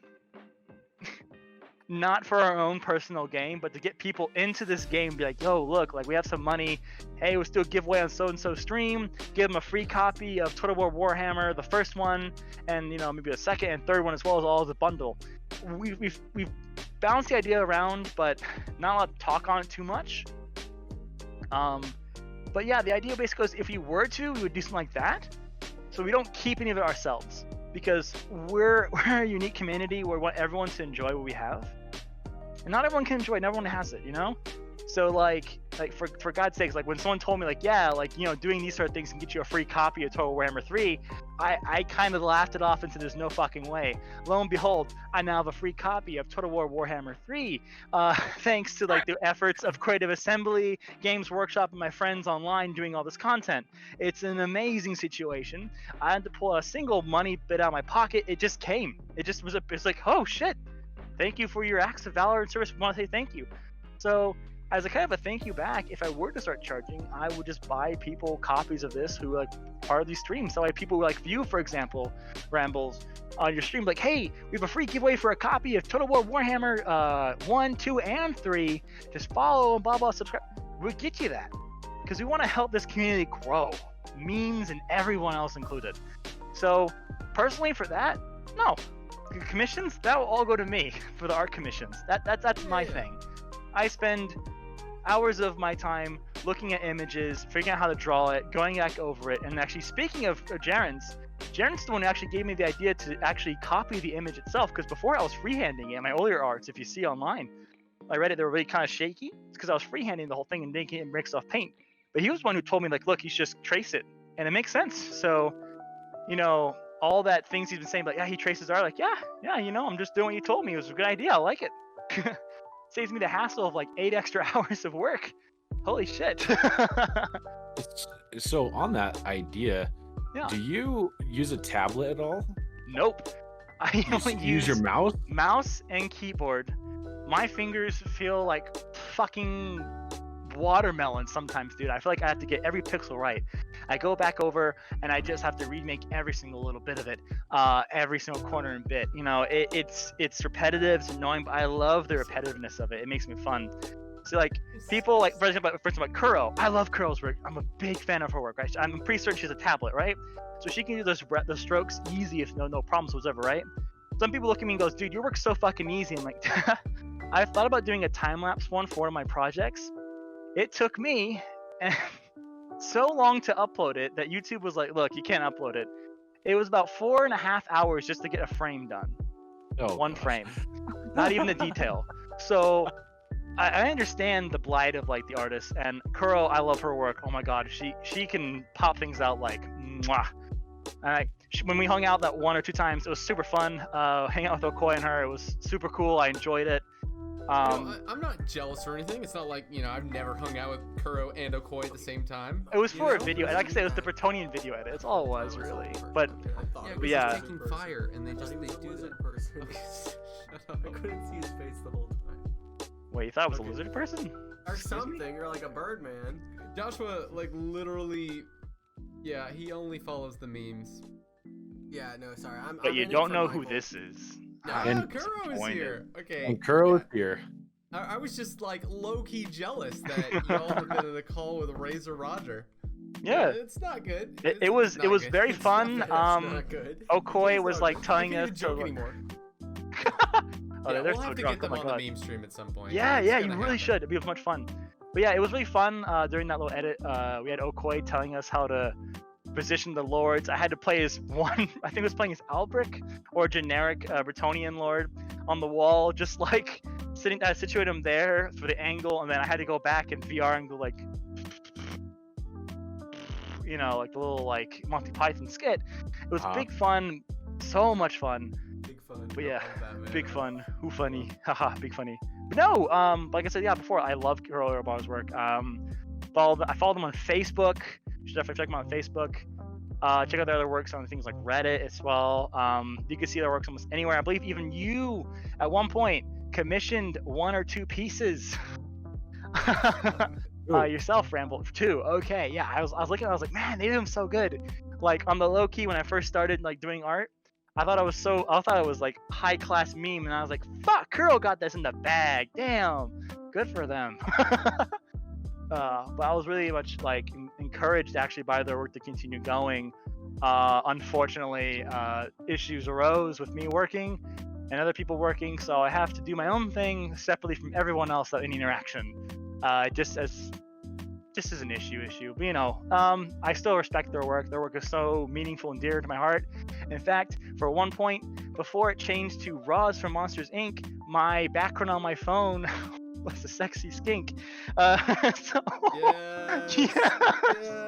I thought that was funny as hell. But I love that skink.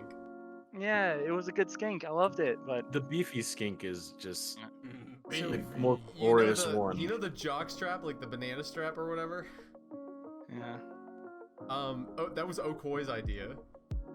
Oh, that was, of course. The dude fantasizes about ogres letting out bulges. It's I wouldn't be never surprised. Are you kink shaming Okoi for fantasizing about sexy Oh, yeah. Dude. ogres? Hell yeah. I don't know how I feel about this, Razor. I'm gonna have to kick you off this podcast, man. Like, that's disrespectful. Hating on fuck. ogres. Those ogre titties, man. Oh, yeah. It's never ogre. Sorry, we're still on stream. We never can't be ogre. talking like this. I don't know if you guys know this, but a basic ogre looks like your average British citizen, so of course he dreams about him. Shots And I just fired. got decommissioned, so it's been nice knowing y'all. Oh no. Oh. Jarens has entered the chat. Oh, Sorry, just quick question. So have you guys seen my thumbnails for like Grom the Fat Bastard and Throg the Troll King, where it basically uses like my face? Have you I- guys yeah, a seen little the bit. thumbnails where they use your face? Yeah. So the thumbnails that I use, that's like a modified version of my avatar. I Yeah, spend hours upon hours making a thumbnail. Sometimes it takes me longer to make a thumbnail, longer than it does to make the actual edited video. Because I am not a good artist myself, and I also use just a mouse instead of like an actual tablet. Though I do have one. Oh, did you to just draw my get a tablet? No, I've had a tablet for like 5 years. Oh no, this is a skill gap you gotta climb. Like, it's gonna be painful at first, but it's gonna save you so much time in the long run. Like, if you're serious about it, because they look good. You know, I like your modified avatars. I looked at like 4 of them. And I like making them too, but some of them, like that Grom one, I hate doing that now. I'd much rather just like grab my avatar, add a border on it, make it look nice and shiny, and just stick it on top of an image I find on Google. Do you want me and to? just call it I don't good. know if you do this the following, but you should save your profile picture, void it out of getting colors just black and white, and chroma key out the white, and then put it into an image you want to, and then put the image colors you want into it, and then form it around it. That's how I do my art. I get a piece I want.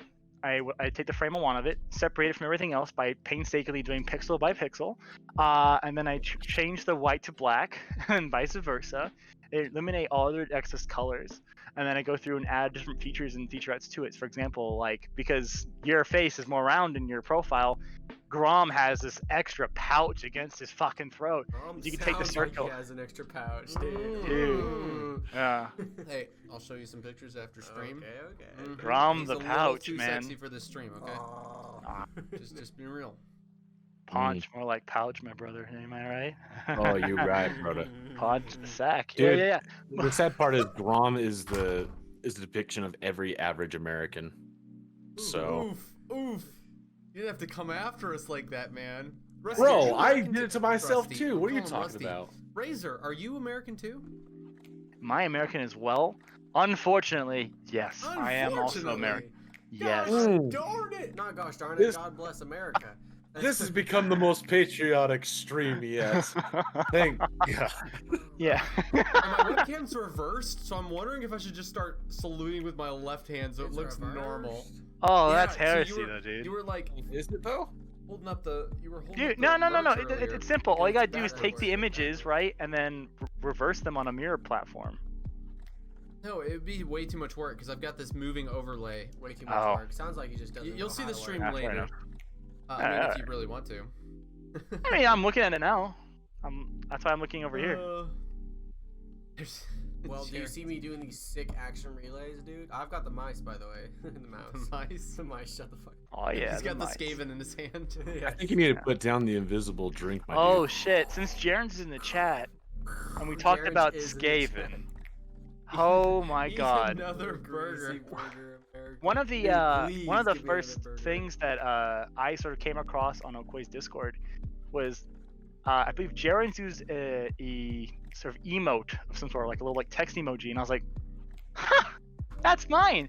And I messaged like yeah, I created that. And I think the first response was, "Fuck, you didn't." And I was like, "Yes, I did." It's like, "I know you didn't." I was like, "I made those." Oh, it's on different Discord. I'm like, "I'm not hating. I'm just saying I made it. Like, relax, bro, relax." But I laughed so hard. I loved it so much. I thought I was like, dude, like, hey, if you ever need any more rat stuff, just PM me, dude. Like, I'll work my ass off. Never You got rat PM, stuff, dude. but you know, like, All of or the rat DM, stuff, whatever. Yeah. But dude, it was I so like cool PM, dude. to, It's PM right now. yeah. Yeah. Yeah, so we have a ton of Europeans in our audience, so Oh yes.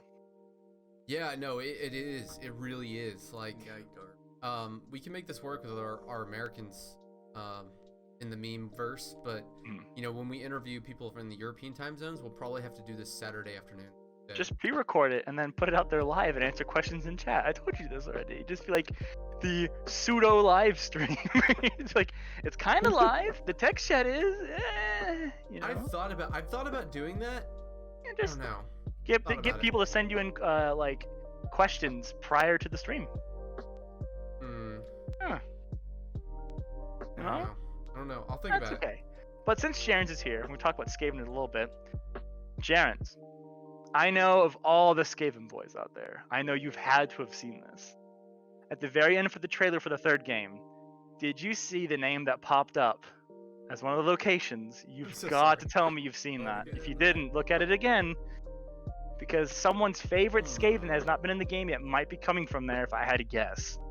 Not gonna say the name for obvious reasons.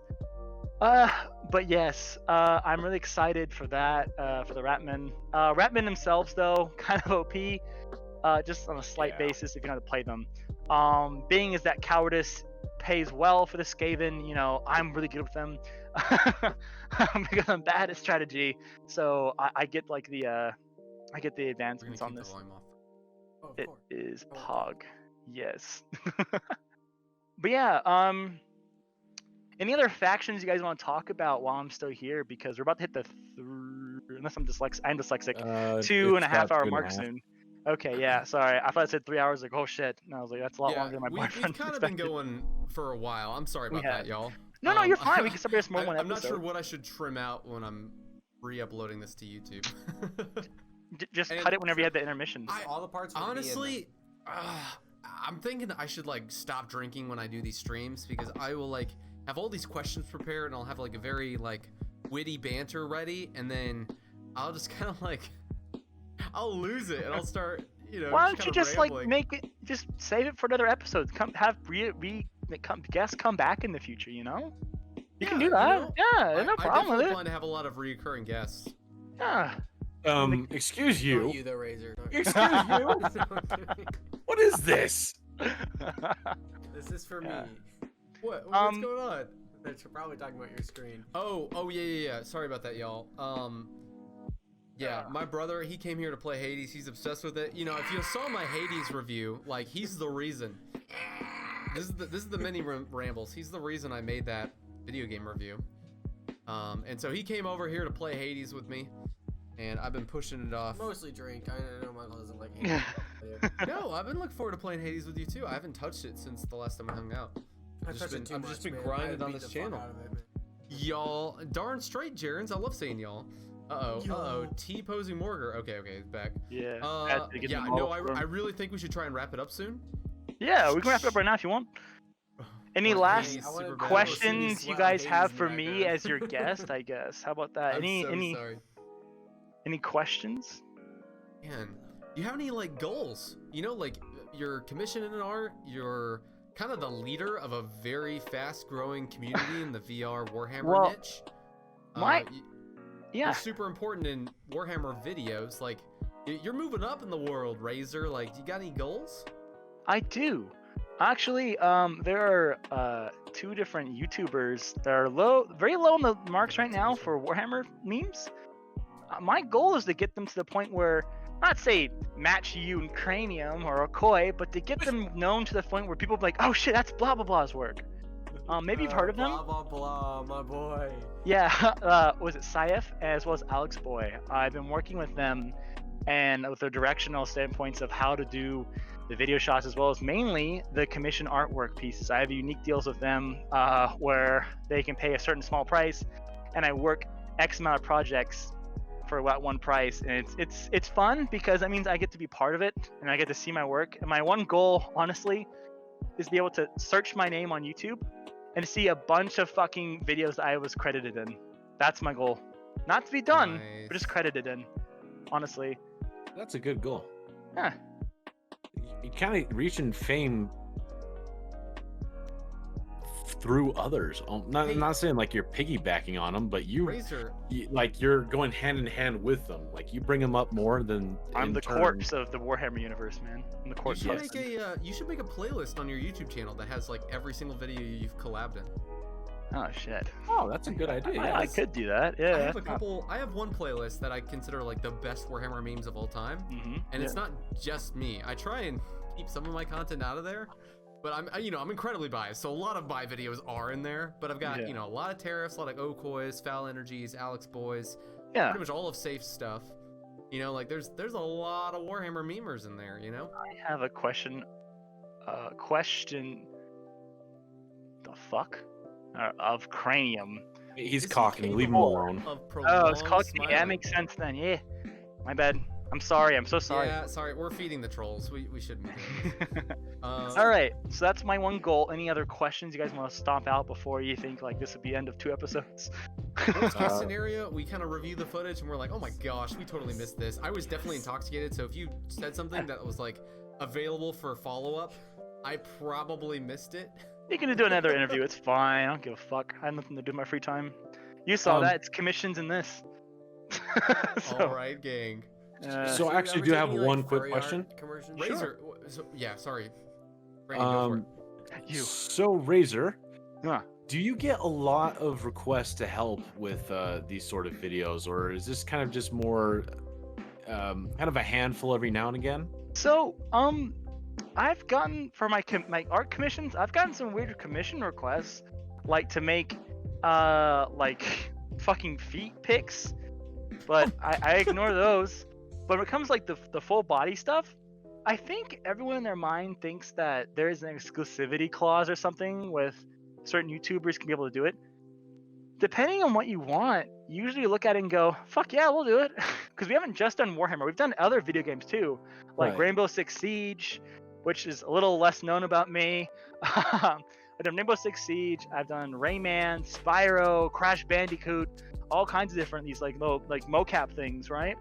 And I do these because it's fun, right? All I have to do is just find the model, take it, make it look nice, go to a green screen background, or what I can do with my camera, if I can grab it correctly, mind the big claw, I am sorry. Or I can just make it Some into weird a tentacle hentai, man. mobile green screen, Yeah, I don't know how I feel about and then this. take it wherever the fuck I want, you know? Yeah. And be like, boom. Yo, Yeah. What's up? Razor, I got something to say though. What's up? The first time I saw your VR stuff in Okoi's video, I was mad jealous, which is a pretty common theme, me being jealous of Okoi.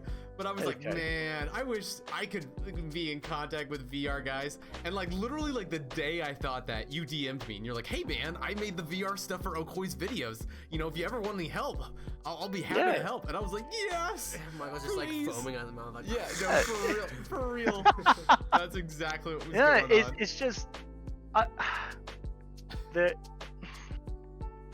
feel like the Warhammer community, when I first heard about it, everyone thought it was just going to be this very like, there are dice, here are the rules, you have to roll a particular amount of dice to get the right amount of hit points, and the following factions you depict the I'm like, that seems a lot to take in. People like me who are tiny brain, we do things like this, right? We do things like we get the Tiny model. brain.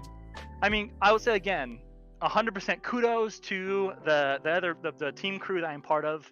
I'm very thankful. I get so much credit for all the work, but really, honestly, it's a lot of their work. I'm just the one wearing it, and I'm the kind of the voice for them in a little kind of way.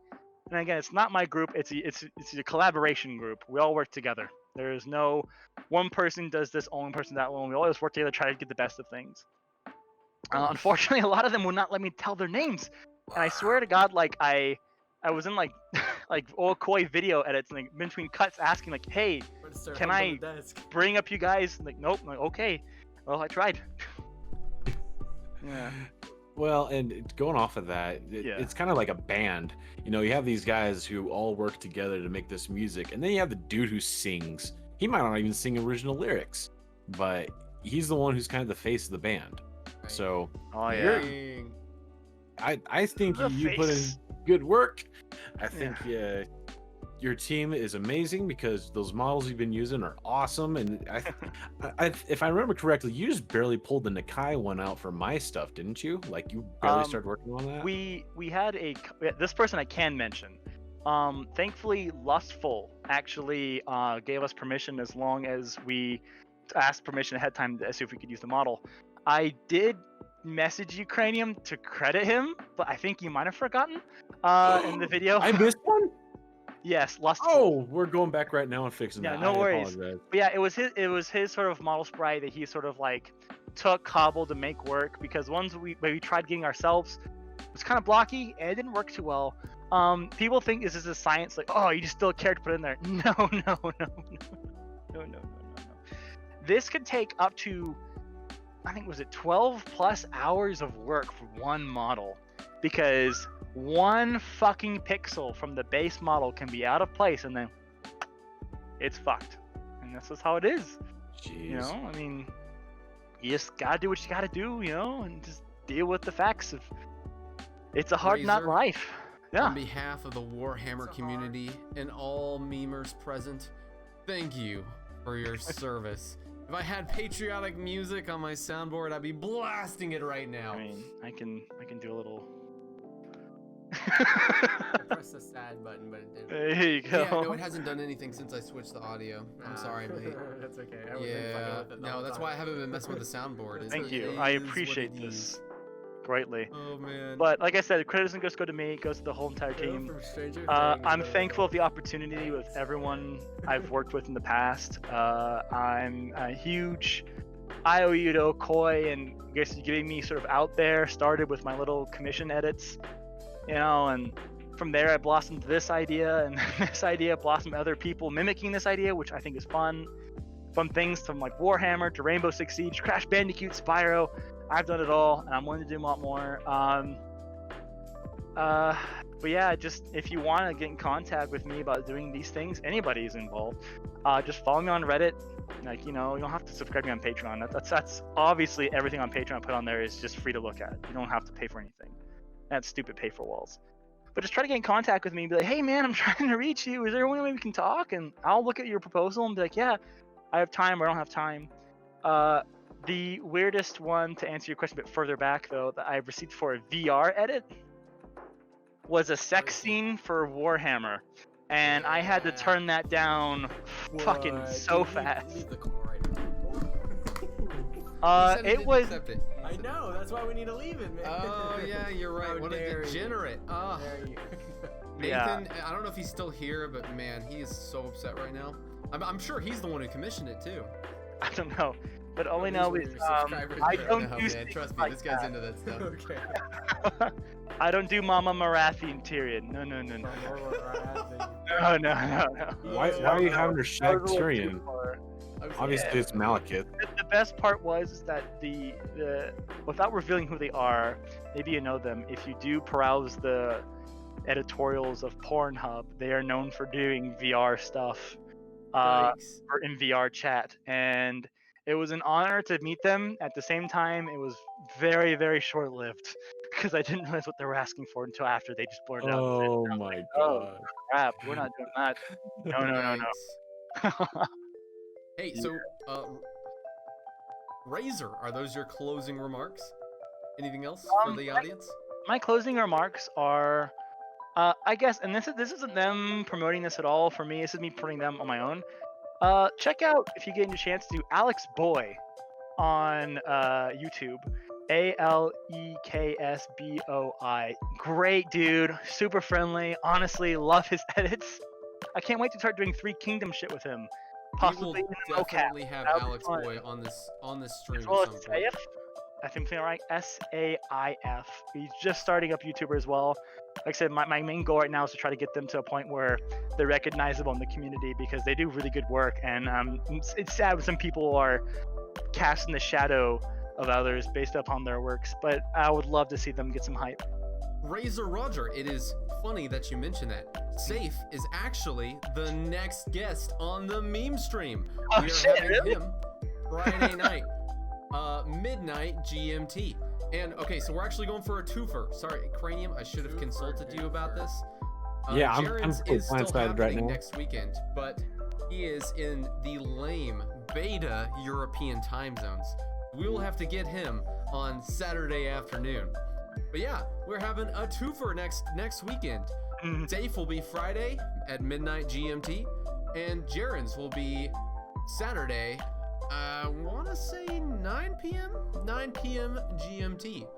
So I look forward to seeing each and every one of you there. And the Gaming Ramble show continues as we make way towards great again tomorrow, 10 a.m. 10 a.m. Cowboy time. What is that? What is that GMT? 3 p.m. GMT. All right. Cranium, you got anything else? Sorry, I just did my promotionals. Well, I don't got nothing to promote, so So All make right, gang. sure to support Razorroger and all of his work, and hopefully we can start crediting his team also. And this is very explicit. You're gonna have to blur that out. And It's sharpening my hook. and that's all I got. All right, gang. I am going to raid one of my favorite streamers of all time, DJ Spheres. He's not in the Warhammer community, but he's a great dude, and I hope you send him some love. Tell him Gaming Ramble sent you.